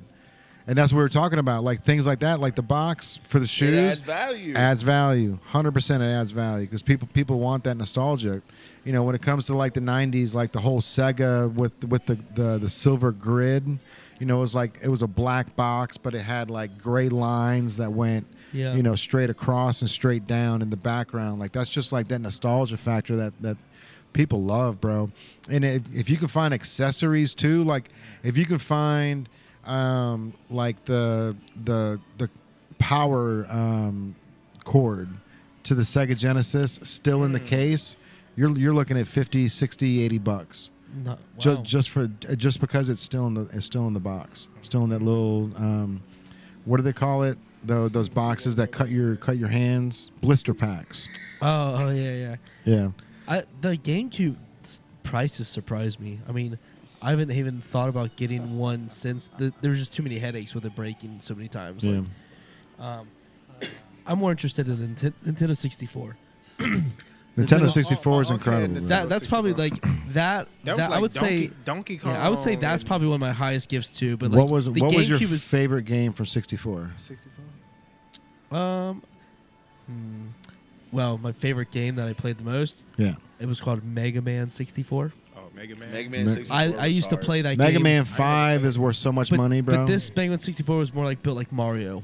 yeah, It wasn't the old graphics. It was like a Mario gotcha. kind of Yeah, Mario yeah. 64 graphics. So you ran around like. But yeah. the one thing about that game though is I never got to beat it because I don't know if there was a glitch in the game or something along the lines, but like there was really literally like a stuck point. And I don't know if there was some small little thing you had to do to get past it, but I did every inch of the whole game, and there was no like at the time there was no like real telling you how to do it unless you. I don't know if there was any way to find out how, because I looked online. Do you know no got one's stuck. ever beat Pitfall for the Atari? No, I didn't know that. They were in such a hurry to finish that game that there's one scene where you gotta grab the rope, and then you gotta jump over 3 alligators, and the third alligator you always fall through. You will never make it. Oh wow. They were in such a hurry that was their outlet was boom, just Oh, you can never drop it here. So you can at least the original version. I'm sure that they've come out with like arcade packs and other Sure. versions that you can beat it now, but. Yeah. Yeah, that's interesting. Yeah, it was the same thing. I don't know what. It was just one of those things where like you had done everything that was possible, so there wasn't even anything to click. Right. You know what I mean? You got And that's the stuck. thing. Like It's when like, when what? when you get to that like RPG mode where like you've got like a world like my favorite game for 64 was Ocarina in Time. Yeah, Zelda. I love Zeldas. Yeah. Oh, dude, like Yeah. that game was a game changer because like Yeah, all the me Zeldas too. have always had such a good storyline, even if like the graphics were terrible, it was Oh, yeah. worth playing. But I love if I would play it now, I would hit a stream of nostalgia that like would just fill my head with straight joy. Oh, yeah. Like, yeah, that game for sure. Mega Man, Mario 64, and Zelda, and then of course like Smash Brothers and Mario Kart. Were Mario fun. Kart, yeah. But Mega Man was because I love the character in general, but like it's just frustrating because it wasn't even that far along in the game. It was making me like if gameplay like 3 hours into it, but it got stuck in this one spot. And it was Yeah. like I played for like a year trying to get past it. Eventually, I just gave up. I was like, I'm tired of this. Every time I get up, I get on, I get frustrated because I wanted to play further so bad, but I wouldn't let me. I had And, like, I had a game like that. It was Zelda 2. Like so for the regular Nintendo, because you couldn't save the game for some reason, they wouldn't let you save it. So you had to play until you got tired, and then you had to turn all the lights off, and then that the red light on the Nintendo would be lit, and then you'd go to school, and then Dad would come home and turn it off, and you're like, Yeah. "Fuck, I gotta start over now." Yeah. But I just found out that What a struggle. there's a hidden save button in Zelda 2, which honestly, if the world needs to know this, because like anybody my age has probably never beat the game, and it's probably the same reason was Dad or Mom always turned the game off before you're able to finish it. But apparently, if you go to the second controller, hit the B and A button, it'll pause the game, and then you can save it from the second controller only. So if you go to the first controller, hit start, go to the menu, you can't save it like you could the first version. The second game, you had to hit A and B at the same time on the second controller, and that'll bring up a save option where you can save the game. Oh, and I'm wow. like, are you kidding me? Like out of all the Nintendo powers I've had in the day, like how have I missed that? Like that is That's that wild. is such a useful tool, bro. That's wild. I wonder why they would even have done that. Because they wanted to make the game harder, probably. You know what I mean? I mean, if you But can like, just but why do you even allow like there to be like a save switch? because the game is that long, But right? but to think we're just gonna have the second controller be the way to get there. It's genius. It's I think it's genius. It next makes level. the game so hard. I know, but like the thought process behind it, I can't even. I now 30 years later want to go back and play it because now I can save it and I can finally beat the game. Yeah, You know what I mean? gotta, So like, gotta have a second controller. gotta have a second controller, bro. Yeah. Call of crazy. Duty used to have like a little. They used to have like some little hidden stuff, like Nuketown. That's classic. You know, if you play Black Ops, you know about Nuketown. They used to have Yeah. like some little classic stuff on Nuketown. Yeah, I think they all do it on video games for real. Like, Easter eggs. So there was some crazy Easter eggs in Max Payne, like Max Payne 1 or Max Payne 2 for the PlayStation 2. There was one where you can actually, if you looked at the a poster in one of the rooms and you shot a gun at it, like it would end up like showing some sort of porn or like some sort of like B-rated porn if you shot at it. Yeah. How did you know that? It's how, you know what I mean? Like that's the just Reddit rabbit hole. that was, yeah, it was way before Reddit, but yeah, that's exactly. It was just people just spending all day just going around. You know how it is, You bro. gotta go in this one room You know, on board 4. I mean, level 2. Right. I mean, look. So on a mass scale, bring it back to when you and I were kids playing Mario 1. You know that when you were big, you went and hit every one of those bricks to see which one broke and which one didn't. You know what I Right. mean? Like when you're in the tunnel, you broke every one of those yourself to try to find any more coins. So it's just the same on a mass scale. You know what I mean? People that like playing those first person shooters, you know, just going around just shooting everything, or maybe they just turn around and accidentally shot the poster. But yeah, bro, those Easter eggs are all over the games, and That's always the fun part. That's is, like, always the fun part, bro. Knowing like what Easter egg can get you where. I've seen somebody like beat, what is it? I want to say it's like Super Mario Bros. Like the first one in like 5 minutes or something. dumb under shit 5 like minutes. that, right? There's and it's like, dog, how do you even know where to go to find like any of the parallels to be able to get through the game? Yeah. right. Like in less than 5 minutes. Yeah, let me look it up, bro, because that record is insane, and there's people every day trying to beat it, man. Which, I mean, I could see it. While I'm thinking my second favorite, it's a toss up between the second rendition of the Sega Genesis and the N64 because of the games that I had. So like Sonic 2 was like my ultimate shit. And I used to play the shit out of Sonic 2. And then International Soccer Stars 98. That's cool. I used to play. It was basically like EA Sports before, like FIFA before FIFA. So, like, bro, I'm playing with like all the team. The names are all totally mixed up. They're just making shit up. You couldn't even save the names if you changed them. Bro, Like, check this out real quick. I hate to interrupt, but no, you're good. this is insane. So the top 3 people, it's called speed run for Mario Brothers, right? So that's the beating the game. So the number 1 time is by Nifsky, 4 minutes, 54 seconds, 631 milliseconds. Second place, Trio 5, 4 minutes, 54 seconds. So the exact same time and second, but 864 milliseconds. So that dude lost by 210 milliseconds, bro. Like, just barely getting across the line, bro. Third place, Miniland, 4 minutes, 54 seconds. So same exact time, 914 milliseconds. So they're breaking it down to the millisecond, bro. So like, there's basically no way of getting any quicker than, you know, One of those 3. That's it's insane. Bare Like, minimum because they're doing it in the same time limit, but they're just barely behind each other. yeah, I mean that's crazy to think that it's literally could be just them pressing the start button could be the difference of first place or third place. That's insane. Milliseconds. Yeah. Man. This conversation has kind of brought me back to another game that I used to play that wasn't on a system, but it was on the computer. Mm-hmm. Did you guys ever play Worms World Party? Worms World Party 2? The worm with the big machine gun. They No, shoot that's the- Earthworm Jim, bro. Earthworms, yeah. No, but Earthworm Jim. Yes. That's what I'm thinking my of. E. that's different. But there was something. They would shoot machine guns. There was a bunch of different weapons that they would hit the worms, and the goal was to knock the worms off into the water or kill them entirely. But like there were different levels, and they were like everywhere, and you would battle friends and stuff.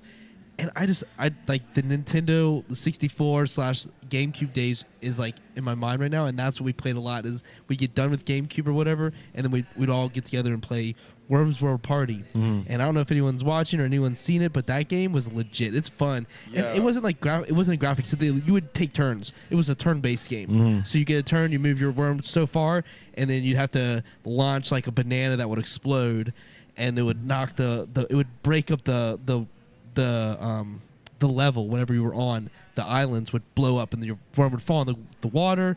It was just a really cool game, and I might look it up on my phone. I wonder if that's mobile. Hey, they're out here dancing TikToks. Let's go. I'm just in the back of it. I know, I see it. They're over here. That's what's crazy is that you can do TikTok anywhere. I mean, people do it in the lab, but they put these polls out here. If they were smart, man, they just do it somewhere in somebody's business. Yeah. If you want, listen, come here and a lot of kids they say they come back there, they do the TikToks. I think they just tag them. They tag them all. Yeah, we just need to be a tag. That's it. They need you know what I'm saying? We need like one definite name that everybody. Well, if just know they're to smart, tag. you actually get more notification based on like your location of where you are. So it's like it's another hit marker on like a social aspect. Right. Versus like I'm just going to post this video even though I'm in this all white room. It's like no, if you tag a brand, they'll see it. They'll interact with it. Now you get it geocoded based on like where you tag yourself. If you're on like Newport on the Levee, you can do both. You know what I'm saying? You can do both. Do like have your set name for the room and then have the location. Well, you're supposed to do all three. Because if you do all three, then the third one is just tagging the actual brand of like the business that you're in. Okay, I got you. But let's say if the business doesn't have, like, if they don't have their own page, let's say Instagram or TikTok, for instance, but if they don't have their own Instagram page or TikTok page, then you tag the location. So then that way it like tracks it based on that area. So it pushes you higher up on the explore page. Sorry, the social media thing I've been doing for a while, and I've learned a lot too. I'm like, yo, like get that set name, you know. You got to get an easy name, and that's the one thing that I'm having issues with in the lab. At this point in time, I would say that the name that majority of the kids are using is probably the name you should go for. Which is? If they call it the White Room, then call it the White Room. Mm-hmm. You feel me? That's probably the best name to go for because it's already got traction. Or Found the Lab, something like that. Who knows, man? Or the lab. I mean, I obviously I love the lab. I found the lab. We'll do both. But do both. Everybody calls it the White Room. Everyone calls it the White Room. But I think we can. I think the subculture is important. I would rather keep the lab as like the If you're gonna anchor. call it the lab, then you need to make it known that they should call it the lab. But if we can people are gonna keep calling it the White Room. If we can, we're trying to get people to call it the lab. We've got lab written on the clothes. We got but that's on the wall. The hidden lab. It's on the wall. It's on the wall. But I also think people don't be reading. Right, like but that. they call it the White Room because it's easy. If we can keep track of it, White Room, like but the it's lab, the most obvious when you walk back there. What do you see? You see it's the White Room. Exactly. But the thing is that with a branding, I mean, it's just like people calling, like going into J Sal and saying, "Hey, do you have dunks?" or knowing that they're pandas, right? Yeah, like tight. it's just knowing the verbiage, So and it's the verbiage isn't there yet. Like people don't know that we want them to call it the lab, and the easiest way to describe it is the White Room. So, but either way it go, it's still gonna like, no matter like either way it go, it's still going to like. They're gonna be like, yo, you been to the White Room yet? The White Room? Oh yeah, over there in Newport. Right. You feel me? It's still gonna lead to the destination. Yeah. So you gotta have something that's consistent. Now you feel me? Like maybe like the kids that come here a lot. Maybe we can talk to them, be like, yo, I mean, I know a lot of people know this as the White Room, but it's really like the Mad Scientist Lab. You know what I'm saying? Like, and then that's how you can really like bring another element to it. But like, I think we need to to display the room more like a lab in order for people to understand that it's a lab. You know what I mean? I think it's nothing that they're doing wrong. They're calling it the way they see it. Like the spade is a spade. That's all I'm saying. They call it the way they see it. They go back there, it's all white. They call it the I white think room. I think the angle of the lab is when But you're that's because they don't like they. It's like we understand like you know what I'm saying the story, but like they don't be listening. You know what I'm saying? They young kids. They but don't, you they, but you feel me? can't but Like, you we- can't succumb to what you want to gear them, you want to direct them. Yeah. You don't want to necessarily be like, all right, we're just going to go to the white room, because on like an older clientele basis, if you will, that may not be going into it on a social media front, having something that says the lab on it is way more effective than having the shirt say the white room. Well, so and- so we like have to know the balance That's what I between just said. yeah. So like that's literally We got to what I play just said. play into it So I said, rather like, than the kid, that's literally what I just said. I said the kids know it as the white room. so You know what I'm how do we saying? how do we But, like, maximize but that? the kids that come here like more often than other kids, Mhm. if you was to like, a lot of y'all know this as the white room, but this is actually like the lab. And then you tell Yeah, them the so actual so I, So I we start mean, telling 'em? so no, I don't think we I should start literally telling just them, said- but Mm. when because a lot of them go, hey, is the white room open? And then we can just rebuttal with, you mean the lab? Okay, I see what you're saying. You know what I mean? Because Using like, our verbiage when like you're like talking, like okay. when you walk in, the like- recording says welcome to the lab. We've got a 4-foot sign on the wall that says the lab. Then we've got the QR code that brings you to the hidden lab.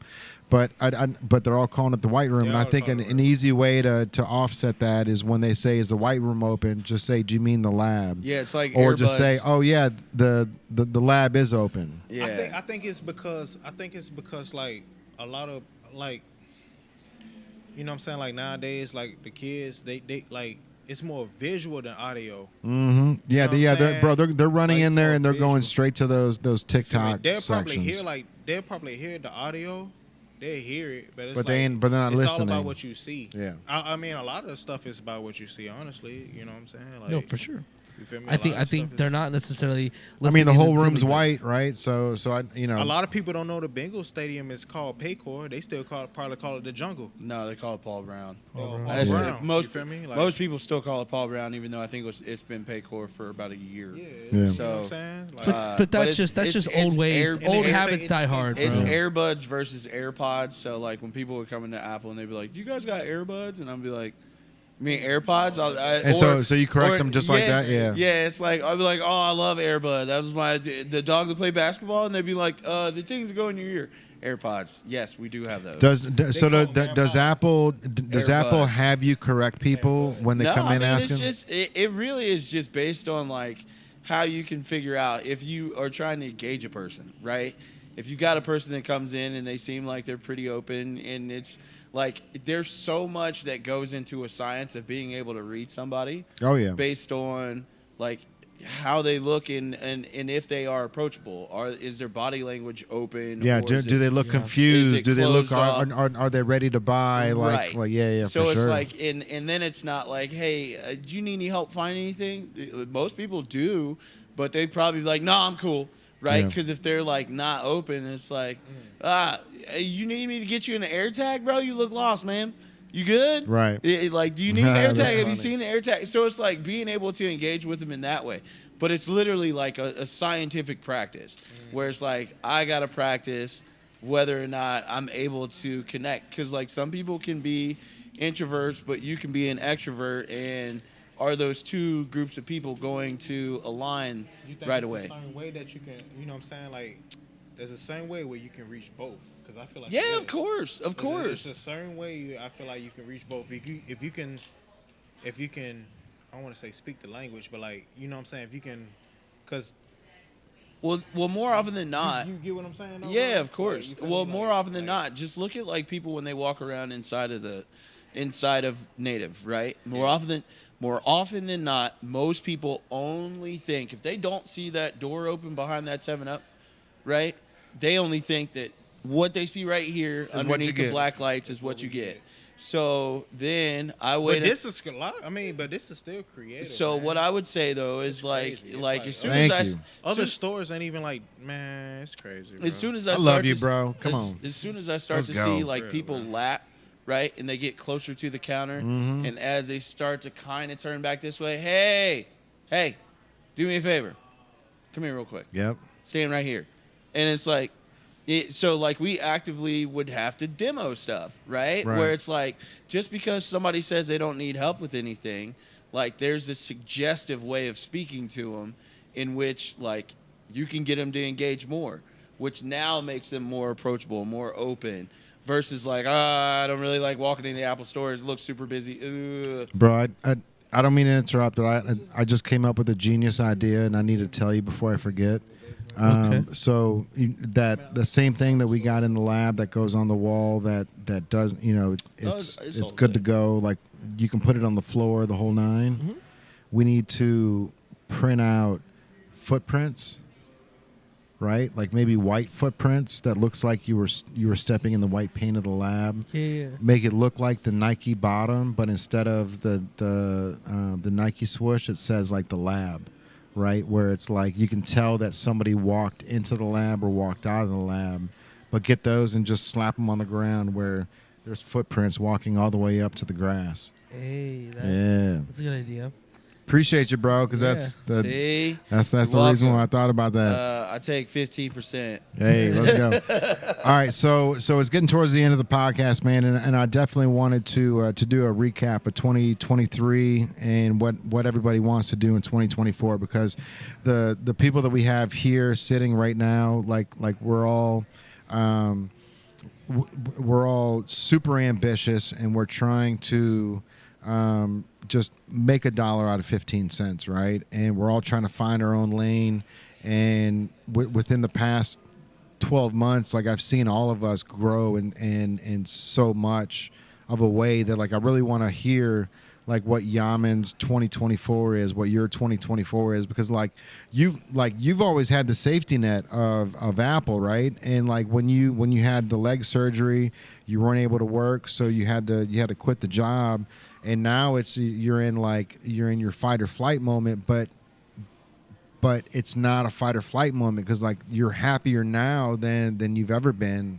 At least I see it in a way where, you know, you're being more creative, and you're able to like just exude what you've been wanting to do, right? And that's one of those things where like when you're working for somebody like Apple, it's nice, bro. It's a cruise ship.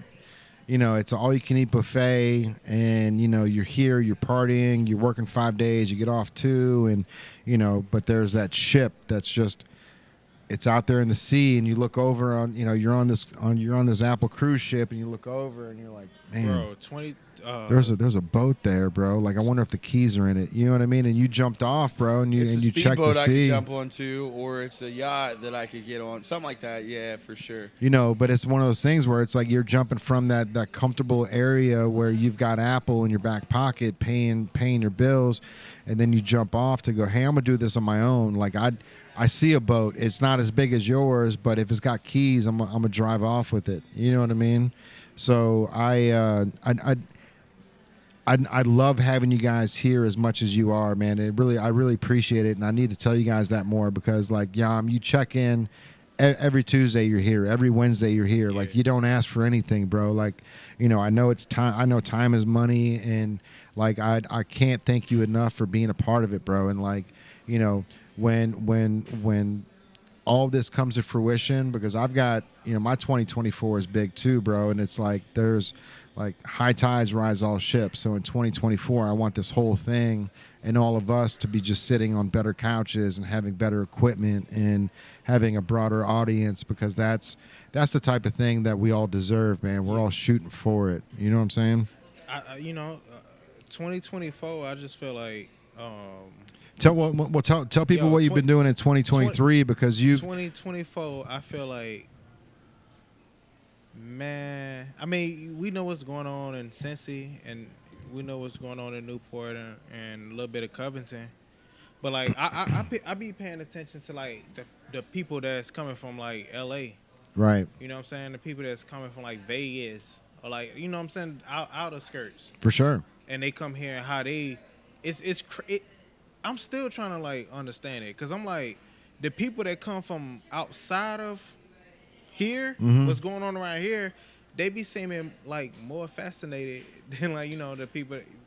I don't want to put it definite on that, but I'm just but So- like for instance, like LA, but we know how like diverse LA is, Right. and how much creativity is out. You know what I'm saying? Everybody in moves to LA to be somebody. Yeah. So when they No come one goes outside out of there to work at Kroger. and you come over here to Kentucky, right across the border. You know what I'm saying? Like you don't think to see something that can remind you of LA. Right. But there's been people, and Drew know this because he, you know what I'm saying? Yeah. Like there's been times like we just been here just chilling, and then like somebody random come here and they, you feel me? This remind me. Oh, we from California. Oh, Yeah. You know what I'm saying? And I'm like, dang, bro. Like, now we talking about a state that's like how many Kentucky, miles bro. away? Like we know what we I'm are saying? not at Like- the top of the totem pole when it comes to coolness, for sure. I just Yeah. I understand how it is with like being underplayed, because it's man, I know, man. I know what you're feel- saying, you know bro. what I'm Like saying, bro? Cincinnati's You feel- the underdog. can you Like people come in catch the here grip what I'm that coming with. they see what we're doing, and in the outside perspective goes, wow, you guys got it going on. But it's like, but here in feel the me? It's city, like, there's all this tension on who's cool, who's not, like what's next, and there. Should we talk?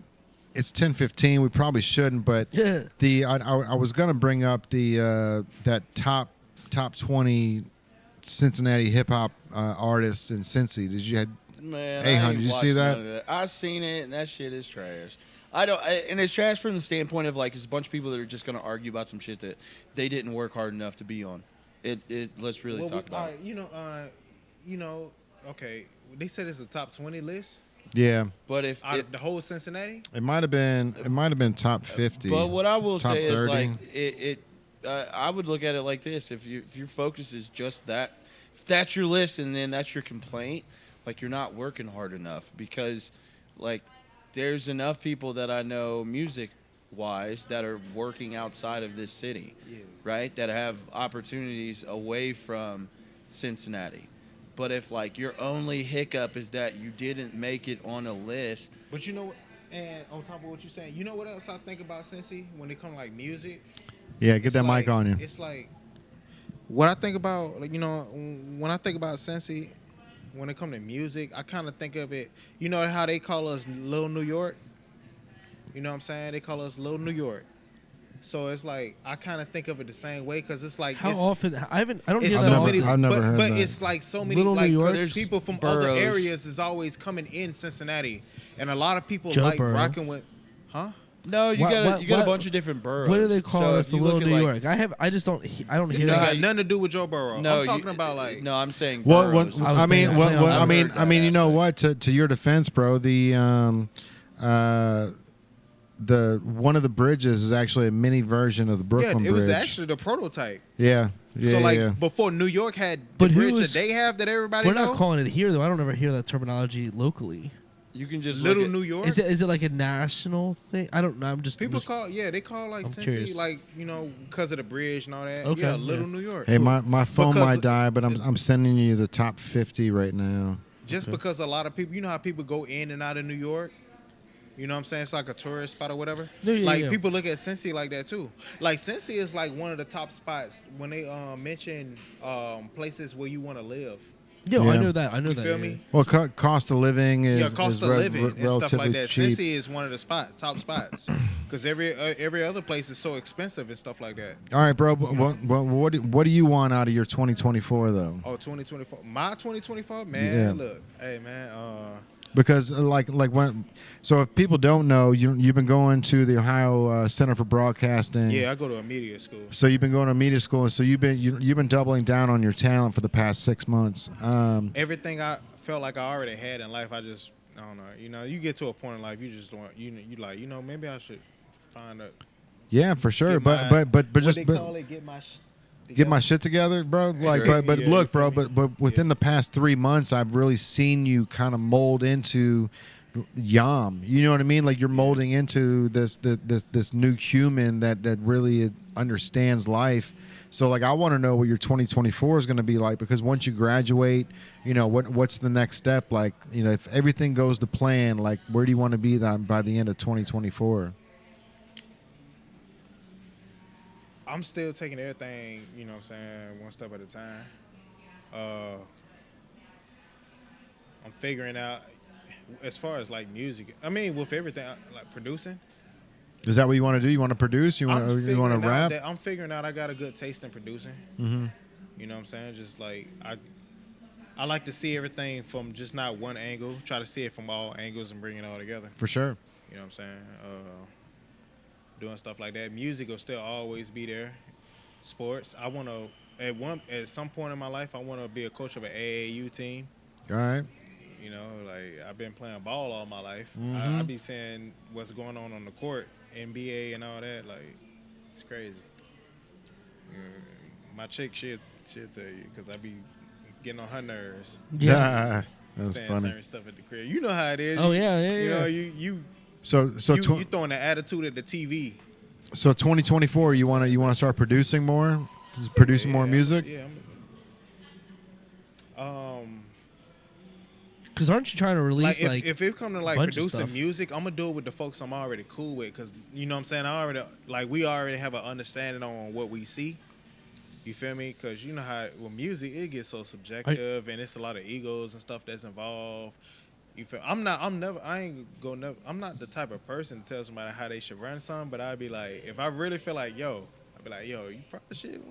Yeah. You know what I'm saying? You probably want to do it like this. I'm just saying, bro. Like, We also got a comment section over there. Oh, that's cool. they talking about music. Didn't you mention like 52 songs, one Yeah. song a week? I wanted to put out 52 songs this year because it symbolizes me putting out a song every week. But I wanted to like package it them, down yeah. to like EPs. Yeah. So I probably do like 13 EPs. You know what I'm saying? I probably add like a little, like on every EP, add like a little intro. And I probably want to make it like something motivational, for real. You know, just something That's to get your dope. mind right before I get into like the madness I'm about to like That you have to deliver. Yeah, about to yeah. get into. Because Yeah. I have spurts where I want to like, I feel like it's like that with everybody. Like I have spurts where I want to like Mm-hmm. have a motivational song, get your mind right song, chill and cruise song, Yeah. turn up, get turn hype up song. song, Yeah, party I song, like yeah. to keep it like a little mix of everything. You know. But, Hey Hunt, Yo, 2023 has been a big year for you, bro. it's a lot that's 2024. happening in 2023, 2024. I think it's just now from the creative aspect, yeah. So, you know, I spent a lot of time focusing on like building up the network, CDB Multimedia. Did a couple projects. Now we're getting into like doing mini docs. We're doing recaps of different musical events. Soon to be getting into live streams. Doing hopefully we'll have at least 2 or 3 live podcasts that we do. Hopefully not in Ohio, but like on location at some places. So we're still waiting to see if we got credentials back from Wu-Tang's residency. So we applied for media passes for that. Yeah, dope. We've already applied for media passes of the PLL, so the Premier Lacrosse League. We were able to, the host for the Drelax podcast, he was on location when they were in Denver.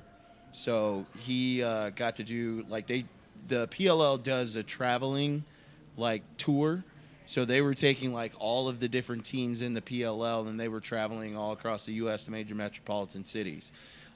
Here recently, they were just on ESPN because they announced the home cities of the different teams and where they're going to play their home matches at. But I think they're also still going to do traveling as well. So, we plan on doing that. I think we're going to do World Strength Games again. The Copa America is in the U.S. this year, so going to apply for media passes for that too. But the Wu-Tang thing is a big thing for sure. It's always been a goal of mine to interview Wu-Tang. Oh yeah. Anyone in particular? I would probably say ODB, rest in peace, bro. Method Man. For sure. And really kind of pick his brain about the lineage between a lot of Wu-Tang members and their associations with Marvel characters. Yeah, for sure. And then also their association with like martial arts. So like I'm into comics, I'm into martial arts. I love like martial arts flicks, and that's how a lot of like I can pretty much could listen to a song and then be like, oh, I could tell you which movie this sample came from. Right. Right. So, and there's and a lot of the movies actually use similar samples, like audio samples for like their fight scenes and different things like that. But you could still be able to pick out where this particular song and what actual movie that's from. Right. Right. So I could tell you like there's a Wu-Tang song that's associated with like a Chow Yun Fat or a Sammo Hung fight scene, and I could tell you which fight scene it is type deal. So I would love to be able to do that. I think this year too. Method is well, he was a big Bengals fan when it was Ocho Cinco and Terrell Owens, bro. He was rocking Bengals everywhere. There's a lot of artists that are really big, like rep Ohio, Cincinnati, and different things like that. Like Cameron, I think when his podcast with Mace. There was a clip that I saw that was going around. And Mace is a G, bro. Love Mace. And he was just talking about. He was just you talking like about Mace? Ohio. They right? got a podcast. Yeah, so he was just talking about Ohio, and he was giving shout outs to like all the different cities in Ohio. But my ultimate goal is to have at least 5 pieces of or jerseys on professional athletes this year. There you go. So that's the plan. And, as soon as it goes on the first professional athlete, it's a wrap, bro. The price goes up, and, like, there's no discount. Like, after that. Like, I'm at the point bro, point now. You think the shoe surgeon's giving discounts? No, his price, bro. Now where it's like, I can't discount with none of y'all. Like, don't ask me for shit. Don't ask me to believe in your dream on this side if, like, there's no support. It's like aggro season because it's like you got to be selfish a little bit. And at this point, sure, bro. like the amount of energy spent out trying to help build people's other shit and da-da-da-da, that's cool, but I still got to associate me with mine. So if you don't pay, like in any way, shape, or form for me to be there for a service or for like something that I create, then it's like, well, cool, I get to, instead of you paying me, I get to put my logo all over your shit. Yep. Right? And then people are like, no, it's because, like, nah, dog, I'm 40. I got 2 kids and I got shit to do and I got to make, a living for, like, other people that I support. So if I had $1 for every time somebody was like, oh, bro, give it to me and I'll promote it. It's like, bro, bro, I got a bigger voice than you do. Yeah. Like, I don't give a fuck about your 300 followers on SoundCloud and, like, the 1,000 people that you bought for Instagram, that you only get 10 likes per average. Like, my nigga, please stop it. I went viral this year and had an expansive reach of over 10 million people. So what the fuck can you tell me that you can do for me right now? Like, every year, I can post something on my Facebook, my personal page, and I promise you, every year, I can get, like, multi-million impressions. Just impressions. So you want to tell me some shit that you can't do for me that I can't already do? If you can do more and I'm in a room where, like, I don't have any knowledge, like, that's the thing, is where I'm going to step into more rooms where I used to feel like I was never supposed to be in. Like, no, now I can kick the door in. I'm thunder kicking shit in 2024. It's just all, it's all, just understanding all the hard work he put into the craft that he does. Yeah, for sure. And just like not coming out of nowhere, not coming out the woodworks. Like, yo, man, can I get this for free, man? Yo, I can do this. You feel me? Like, you gotta, like, you feel me? We hear all the time. You know what I'm saying? The guys here all the time. Yeah. We see him when he here putting all that work here. You know what I'm saying? Put the time like, in. He does. Man, No, he 100%, like, 100% does. Yeah, he definitely puts the time in. He puts the work in. He definitely is innovating his with his own brand. Like, he's got a whole network of people that he's working with, and he's scheduled, and he's persistent, and he's consistent. So, like, those tools, that's what's going to get you through the doors. Yeah, wanting to be in the doors, thinking you've done all the work, but, like, at the end of the day, we're owed nothing as people, unfortunately. You're not owed anything. No one's going to give you anything. You're out here on your own, and putting the time in and being diligent and persistent and consistent really goes a long way, because eventually the smoke will clear and your path will be found and it'll work out. It's the people who quit that don't make it. You know what I mean? So I will say in 2023, I learned this a lot, and I experienced this a lot, is where I was bringing up people's names in rooms that they weren't present more than it was being reciprocated. And it's at this point, it's like, nah, fam. Like, anything, I'll tell you everything I fucking do. Like, I can make jewelry, I can make apparel, I can make it custom, I can do shoe customs. We just did a custom order for a pair of custom shoes. We just took one of those before the holiday weekend.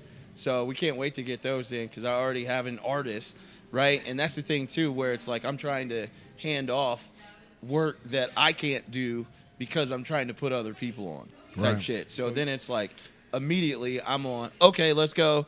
This person over here. And then it's like, all you got to do is drop the ball once. Like, don't drop it once. But when I call on you and I'm like, hey, I need you to do this. Most of the shit I was doing this year, I was like, bro, I don't even know how the fuck I'm going to do this. Right. But I did Gotta make what it was happen.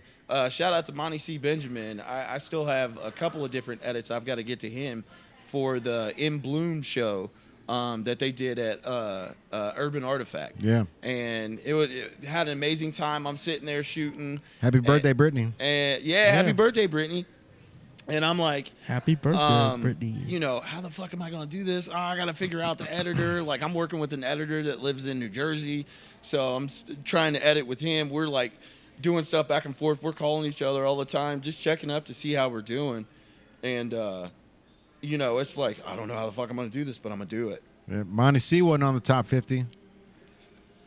Santino wasn't on the top 50. None of that shit makes any sense. Lantana wasn't on the top 50. None of Yaman wasn't on the top 50. None of that Man, shit I'm makes not any even sense. concerned about that. But I'm like, I'm hold just- on, like, yo, You know, I'm out, like, man, look, man, I ain't, you feel me? you know what's funny though is I make music. I was making music before I even came down here today. I was already working on tracks. Cause Hey, I bro. talked to Drew about what I was. You feel me? I'm telling you, man. Like you 6 months ago and you today is a different person, man. Like you've found your gold, right? Or at least you found your honey hole, and now you've got the axe and you're cutting at the gold. Yeah, you know, I'm like digging. like you've really. You know, 6 months ago, you were looking around trying to find where this hole is, where this jackpot is. Hey, yo. And today, like you not only have you found the hole, you're 6 feet down, and you're chipping away at it, bro. Like, that's from an outside perspective, and it's from a friend. Like, that's what I'm seeing. Like, you're really starting to become this person that's like, yo, I've found the gold. I found the gold in my heart, or whatever. Like, you know, that's gonna fill my bank account.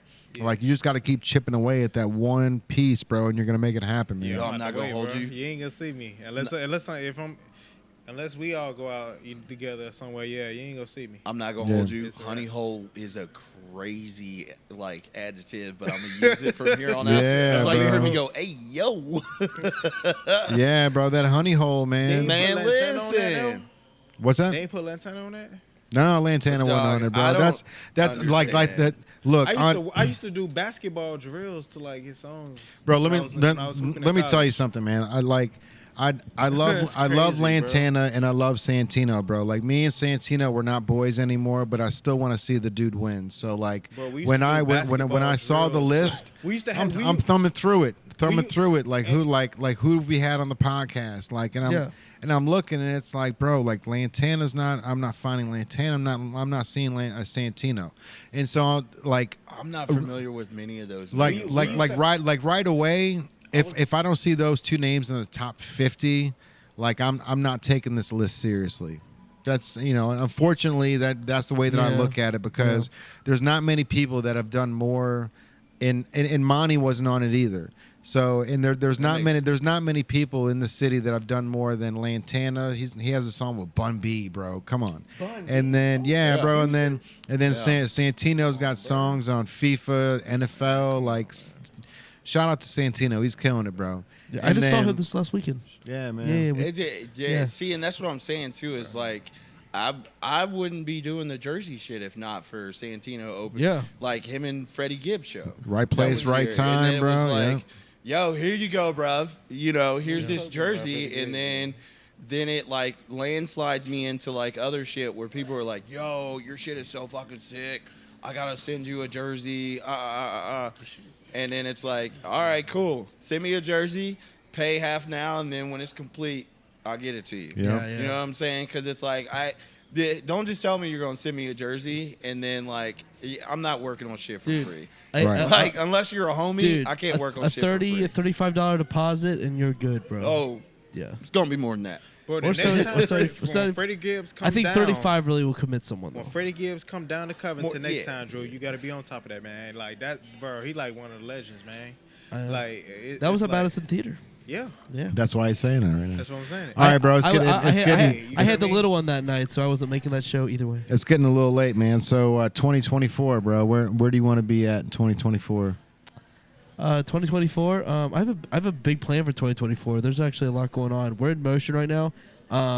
My first focus will be getting this brand to that next level because I think that we're so close to breaking through to where we want to be. Yeah, we've made leaps and strides in the last 3 straight years of just grinding on what we're doing here. Because What's the next step for Native? What do you want to see the next step of Native be? Telling y'all is the next step in Native, I think, will be doubling down on the lab experience. I think the lab is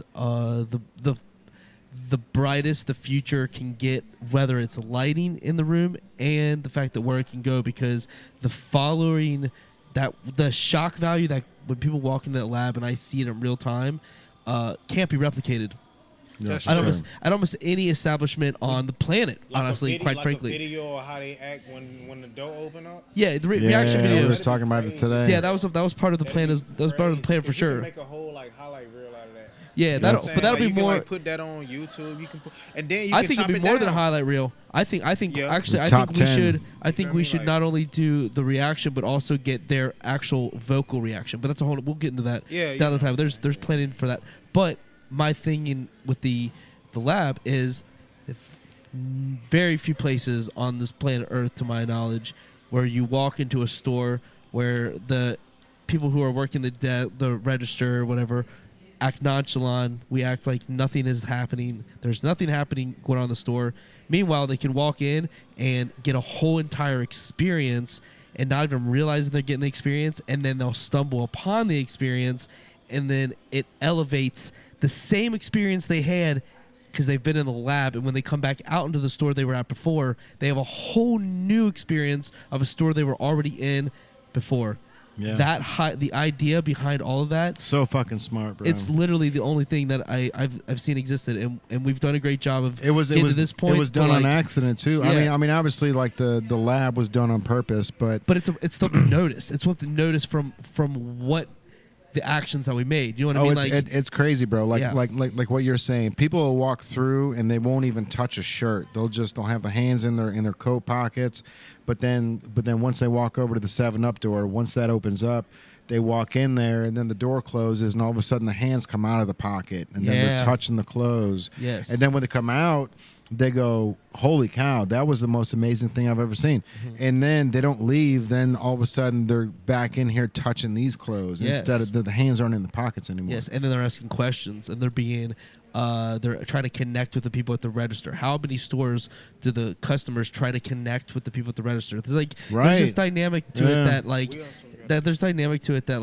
I just think that there's elevation here that we just are untapped, and it's unfortunately mainly due to the traction that walking where we're at located. But hopefully as time progresses and people understand that there's something happening at the levee and being here in Newport and a gym amongst everything just in the greater Cincinnati area, you just don't know it unless you experience it. You know what I mean? So you have to, If you know, you know. You know, if you know, you know. And we came out of the pandemic, so we're in a new era. But really getting people to know we're here in 2024 is a big catalyst where my mind is, because really it's just a matter of time. It's not an if but a win. So For sure. and we're gonna win at the end of the day. We've got big plans. So Oh, man. yeah, man. All right, and Yeah. then the other big news for 2024. Yeah, man. Things are happening pretty rapidly fast with Beyond the Stage. I do an interview series, an event series at Madison Live in Covington, Kentucky, monthly, where I'm interviewing artists right on the stage where they perform music, original songs, cover songs. It doesn't matter. They can play whatever they want. In between songs, we have a conversation, much like we're doing right now. Ask questions. There's a Q&A section. It's a studio audience thing. Pay for a ticket. You get a handbill, and you get a Q&A card. You can fill it out, ask questions to the artist. Right there, and it's live streamed. We record the whole entire thing on high quality videos, so the bands get content, the artists get content, and it's live streamed. We're working on like a digital tip jar so people can tip from home and they can contribute. But the portion of the show's money goes straight to the band, to the Beyond the Stage brand, and what we're doing. We're an interview company, so we're trying to get their voices out, because these bands get a chance to talk to the people that care. And on a normal show, you don't really get to say a lot about what you believe in or why you're there. So the show that myself and I have a couple guys that have helped build it up to this point, but like the show that we've created here. Hey, see you guys. All right, love you. Yeah. My sister's leaving. Yeah, Gigi, she's out. love you. We'll see you She's back guys. there. Say bye. Yeah. Bye. It was good seeing you. See ya. But yeah, so the thing is that we've created this show, and now it's starting to really take it's getting some real traction. This one, we're doing one on Thursday night, this Thursday, December 28th, 2023. It'll be closing out the year. I'm gonna be sitting down with Fisco. I'm on a couch. I'm gonna have a guest host, but Fisco is the band. They've been on the podcast. They've been on the podcast with us. Joey Lobker.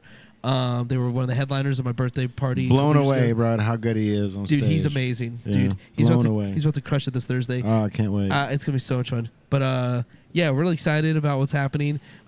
Huge shout out to the sponsors. Native Brand, of course, is a part of it. There's a lot of contributions that Native does that isn't even in like the sponsorship agreement. It just is extra stuff, which is awesome. As long as you do the work, I'm cool. I do. Yeah, I do it all. Right? I got it all. That's easy. Oh yeah. I'm very in it. I know at this point I got the structure down, so it's really just repeat now. I've got it all. I've got it all set. I got it set. But shout out to Kelly's Cleaning Service, Threadworks, and Jackie Mayer Law. Still shout out to Brian Davis and Clean Play Club. I'm not sure what we're doing right now with the future with them. There's a lot going on in people's economic world, so we'll see what happens in the future with them. But shout out to Clean Play Club, man. He's old friend, huge help to this point. But yeah, man, shout out to Mike Caffron, John G. Those guys put some serious work in that we're making this show great. But yeah, man. But this next month in January, I'm gonna be sitting down with Kevin McCoy. That's gonna be dope, bro. Dude. Kevin McCoy band, man. I'm really excited. Dude, he posted the flyer and it got like 30 shares pretty much like instantly. Yeah, Like by the next day, I was like, dude, he's crushing it. He's like, whatever you need help, I got you. Whatever you need, I'm so excited. You need mics, you need this, I'll bring it. I'm like, we got everything. You're good.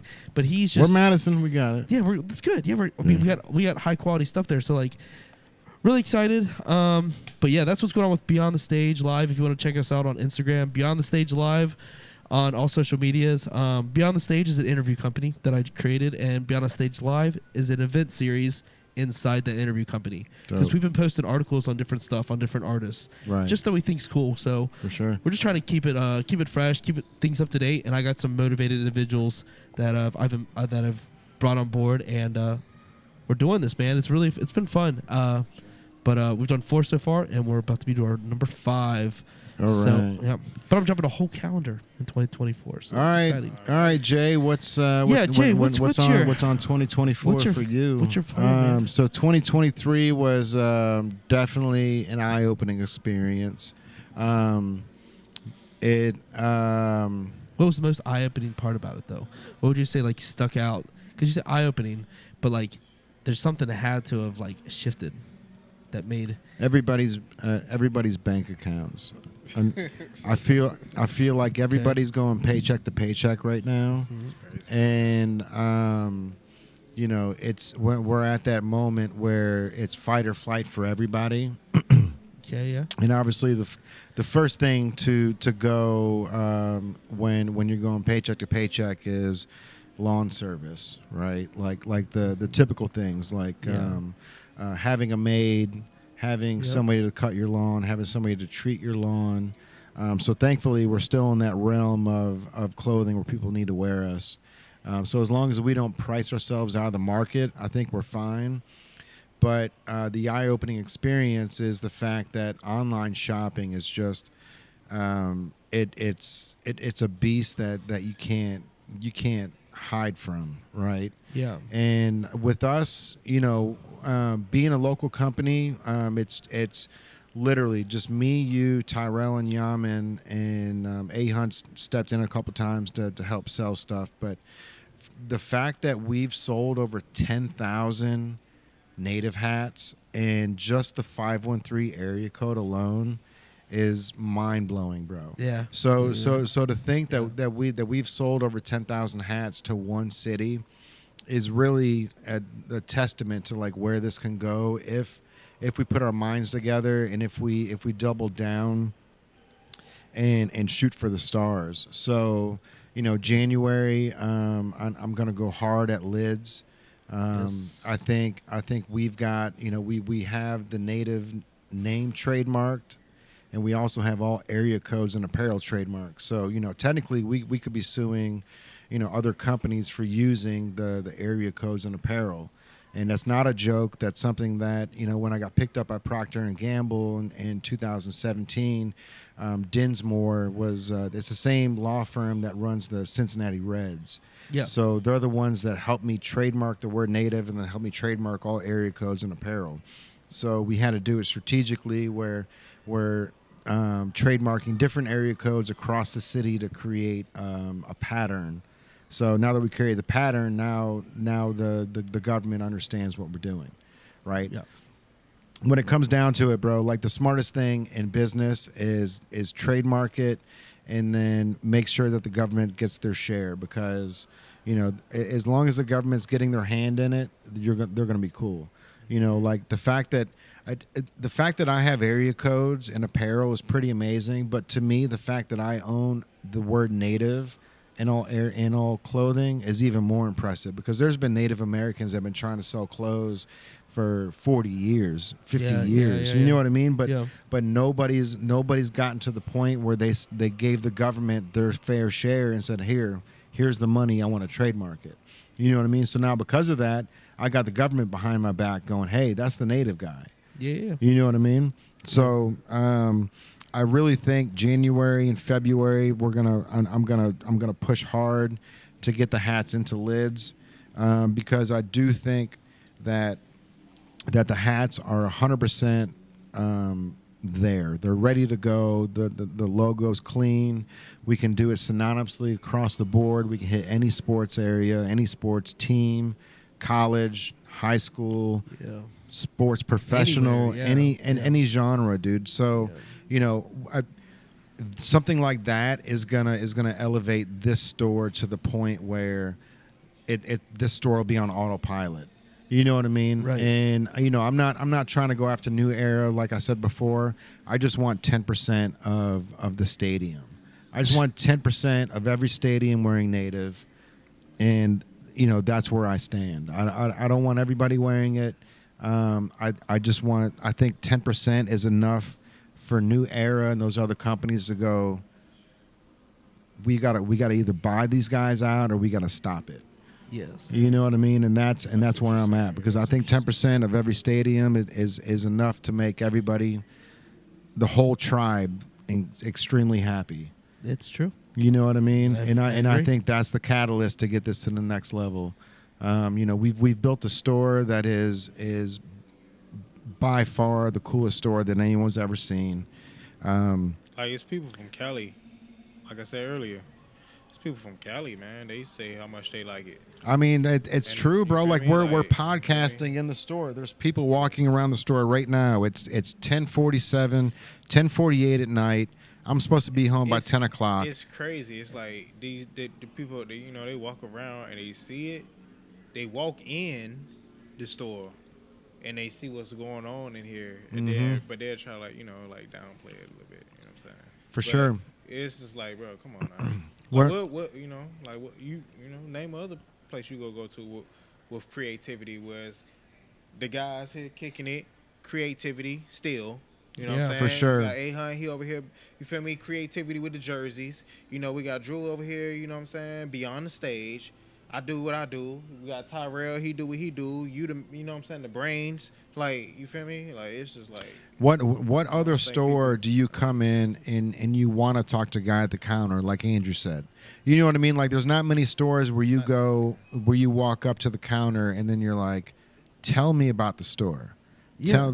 Tell me about this. What's dude. going on here? You know what I mean? And Like people you ask don't. that so often. I ain't gonna lie, when people do that, that's so weird, though. They do. They've 'Cause done it now in front of you. Yeah. I feel like it's an interview now. It's I'm just- like, it bro, feels what- like I'll real answer it. secret I'll shocking. I'll answer the question. It do feel like that, bro. It's like, Tell what? me Like, about your guys' mission statement. how did you What? guys start this? I But used that's, to. that's, I a, used that's to. a compliment. High key, man. That's a Yeah, Give me your compliment. mission I used statement to. right now. I used to Come on, get bro. that way when people would be like, native. So what's native? Yeah. Like, I used to get not irritated, but I would feel like they're trying to like Tight. decipher it from like Native American stuff. Yeah, I get Right. what But it you're got to saying. the point where it's like, bro, people are just curious. You know what I mean? So it's like, oh, it's a native of where you're from. Like 859's Kentucky, 513 Cincinnati. Right away, they're like, oh, boom, got it. Like mind blown. Okay, I understand. Yeah. And it's like a Corvette wave. You're rocking the 859 hat right now. You know what I mean? So, you know, we've got the 859 versions. We got the 513 versions. We've got LA And this versions. is one of the coldest ones. Like, you feel me? It's just clean, bro. because like you can, you know, I can rock this out in the city, and I can have like some ripped jeans on Right. and a white tee, And I'd be that's like, and and guys, they be looking. You feel me? They be looking. Jeans are kind of. and that's They're shredded. These cargo shredded. Is he But, like, not wearing a white tee? I think he just. You feel hey. me? Like, and But- they'll be looking. They won't say nothing, but they be looking. I'll be like, yeah, you know what I'm saying? And that's the thing, bros. Like with this native, like I've got women in Napa Valley wearing the stuff, and I've got dope boys in Chicago wearing the stuff. Yeah. Like it's synonymous across the board. You know what I mean? Like I really think we've got something that has so much longevity to it. Like the hat itself is 100% set and ready to go. Like there's not much art that's finished. Most art's abandoned, right? But I really feel like that logo, I wouldn't change that logo. I wouldn't touch that logo. I wouldn't add the splatter underneath the logo. Like that hat right there is exactly how it needs to go across the board, across the country. Wait And till so the that's why springtime hit. lids I'ma wear it lids again. needs it. Wear it Let's again. go. I'ma wear it when the Lids. springtime hit. You got about 9 days before I'm getting in your email and I'm getting a hold of you, and then you got about 31 days before I'm knocking on that door with a whole bag of hats, and Oh, I'm we gonna tell you coming. guys we're, Oh, we're coming. coming. We're coming. Indianapolis, I got the address. Let's go. let me know Lids 2024. I'm coming for you because these look at this beanie, dude. This is the blackout native beanie. It says native right here, all black with the white outline. We got the yin yang up here, man. This shit's ridiculous, Clean, dude. bro, We've got some good clean. stuff. And I got the cream one. I don't Yeah, wear it out that 'cause bone it's one. suede, and it's like, yo, you know, Crispy about suede. You feel me? You get suede dirty, it's hard. You can't It's just you can't hard. you know anything else you can put a little water on it. You be like, It's okay, so difficult. Yeah, when it's Oh, bro. suede, you can't put no water. I keep on trying to suede. tell people when So they I come can't- over. I can't even wear it like that for real. When they come over to J Style shop and they're like looking at certain shoes, and then somebody asks like, "Why do you have those wrapped?" It's like, well, you have to think, dude. That particular shoe has a certain material, so if it's a patent leather, Yeah, you got don't wanna oil on your have- hands. You don't want to have fingerprints. You guys are probably coming from somewhere. Like, dude, it's an investment, especially in like a pair of sneakers. Yeah, look at all the Cheetos on your fingers, bro. You think I want you Like, touching man. those leathers? Get out of here. I saw No. somebody's You ain't little touching kid those do leathers. something up their nose, and then tried to pick his shoe up. Hey, Oh, big nah, dog. bro. No, Hey, big no, dog. no, no. I got No, some you better, hand you better, sandy for yeah, you. you better wipe that on your sleeve, Look, bro. You here, better you get want that a on my napkin? face. It was going for gold, bro. I'm talking knuckle deep. Yeah, he was Don't pointing at his touch that. brain at that point. Huh, big dog? I got a And I, napkin bro, for you. I had to like just I knocked my headphones off.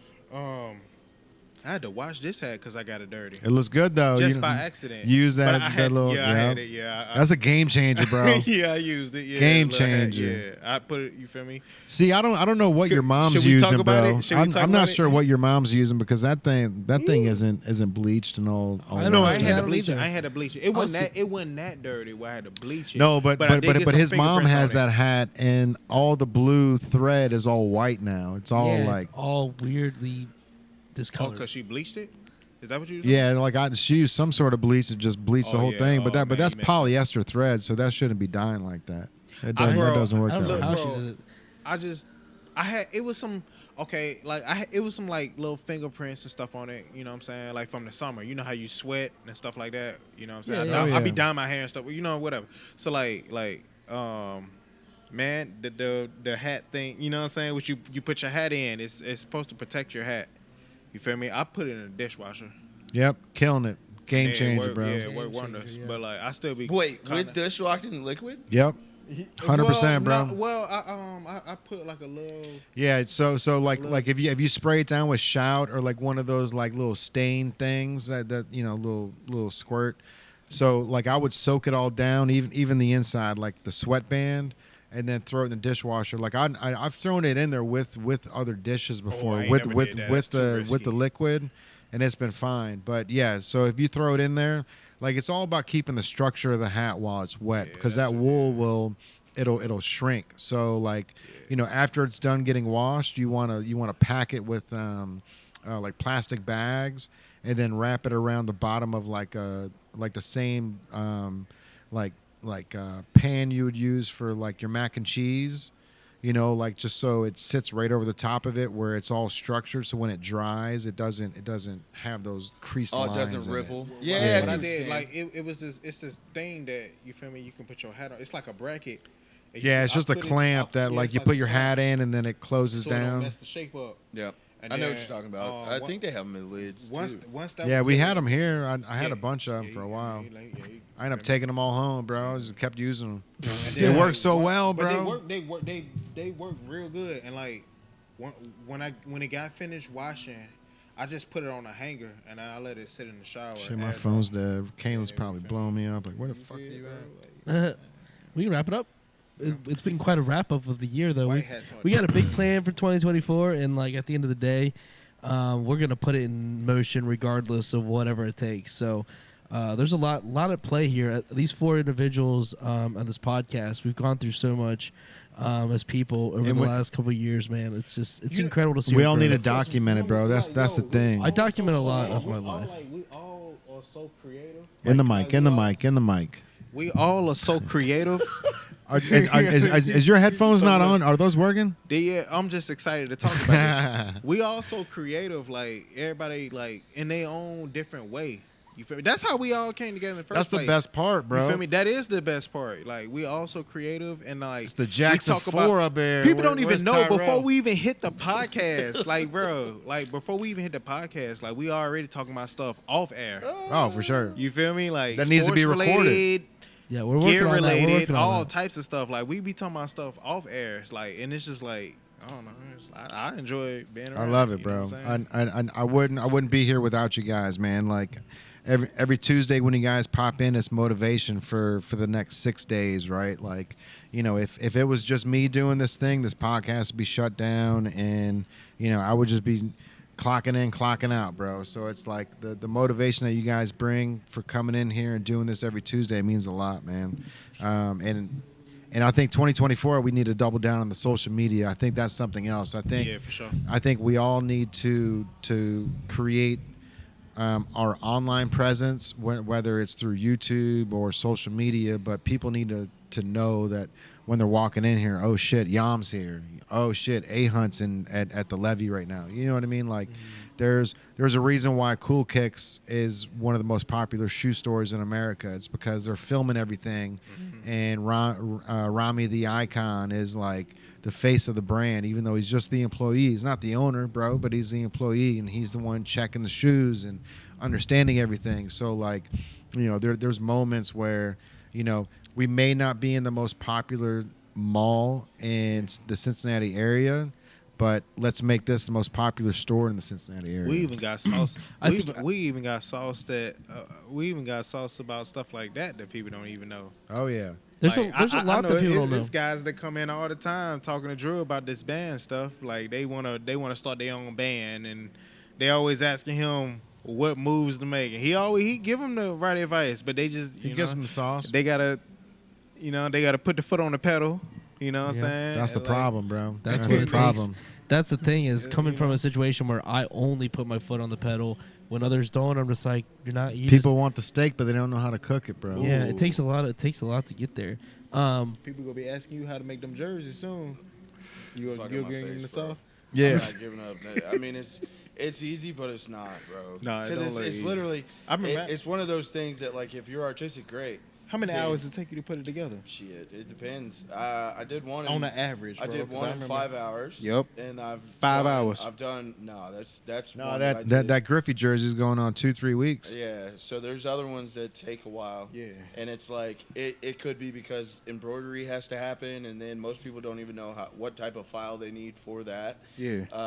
EPS, let's go. Yeah, it's like, but then it's what am I using? Where am I finding the actual file that I need for what I'm trying to design? Yep. Because in my head, I know what this jersey looks like before it's actually designed the right way. Where some people be like, "Hey man, I can't explain it, bro. If you got it, you got it. If you don't, you don't got it." So this is what I No, was saying. sir. I'm doing it. This is what I I'm was saying doing when it. I said that. I'm going out with a bang. This is what I was saying when I said because like we all are I've never creative. seen you We move that all fast have in my our life. creative ways on how we like the stuff that we do. We put it all together. You feel me? Like, like this is what I was saying. Like right now, if he would have not even said that, people wouldn't even know. Right. But he posted a lot.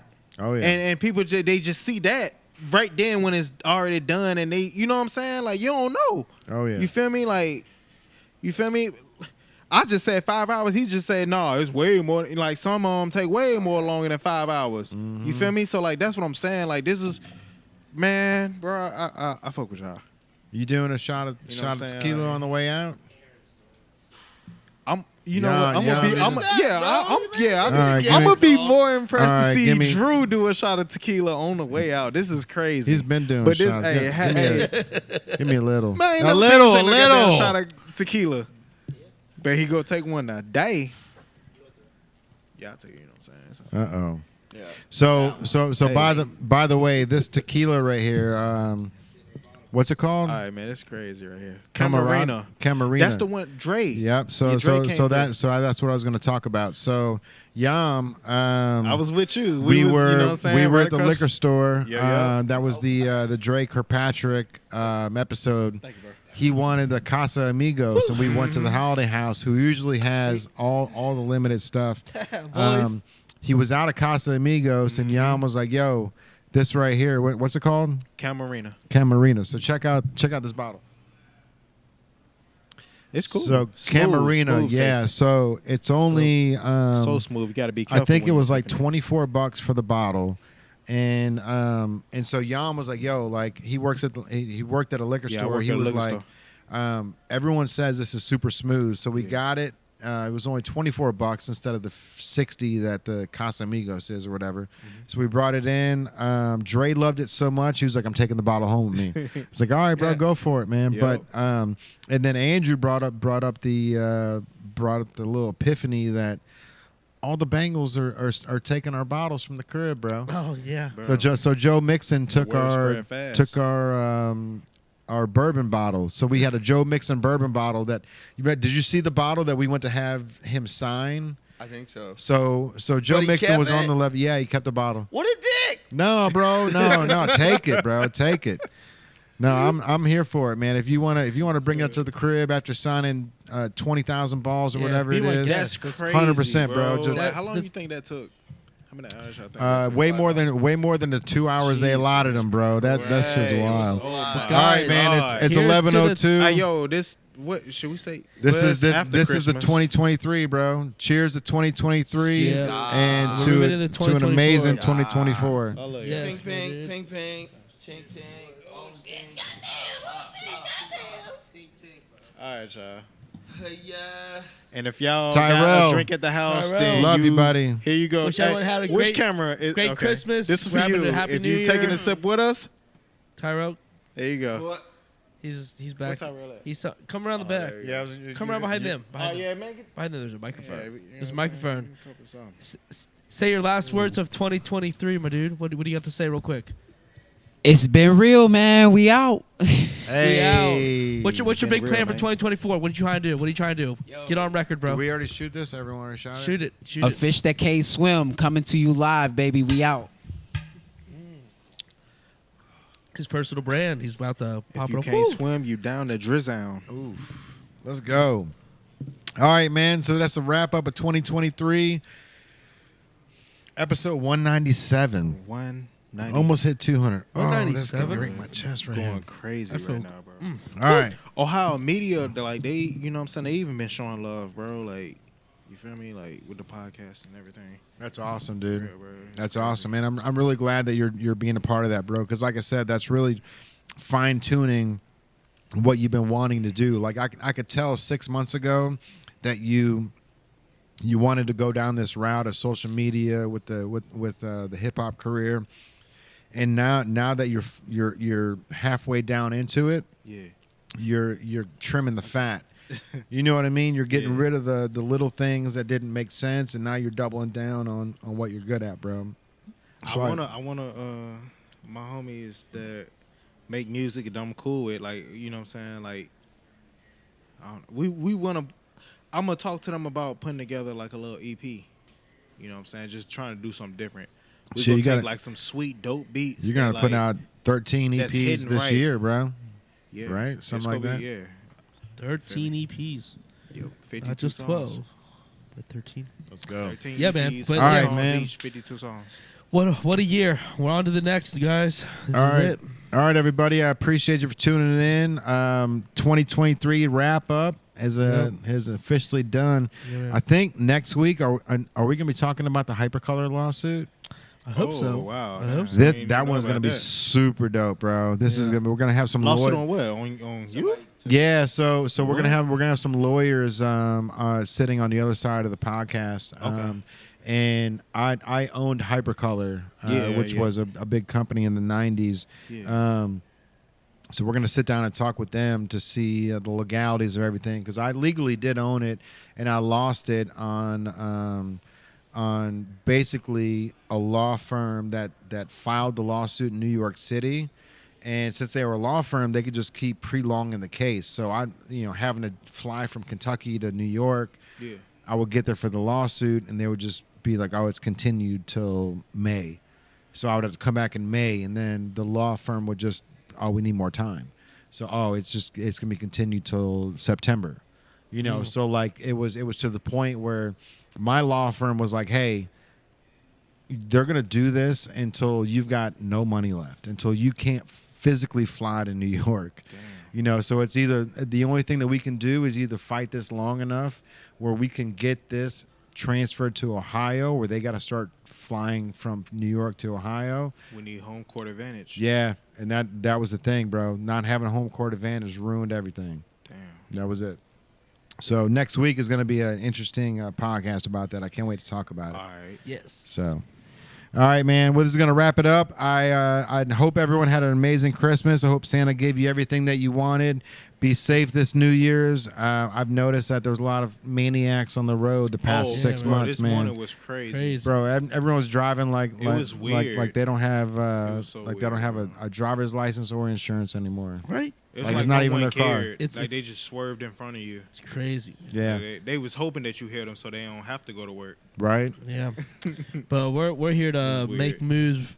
We're here to work, man. But we here, We're doing what we love, what we're passionate about, and 2024 is about to you reap what you sow, man. You're gonna get there one way or the other, because those who make it never quit. 2024 is about Hey, fine tuning. Yeah, 2024 2024 is literally about 2023 to me was about a lot of growth, and then the growth is where we're gonna blossom at the end of the day. So it's a big year, man. I'm excited for it. Yes, sir. Let's get it. Appreciate All right, y'all. man. We'll see you next week in another episode of the PowWow. It's the Tribe. Your boy Jay Banks. Love you guys. See you next week. Peace out, y'all. Later. Hey. Bye. Bye. Have a nice night, y'all.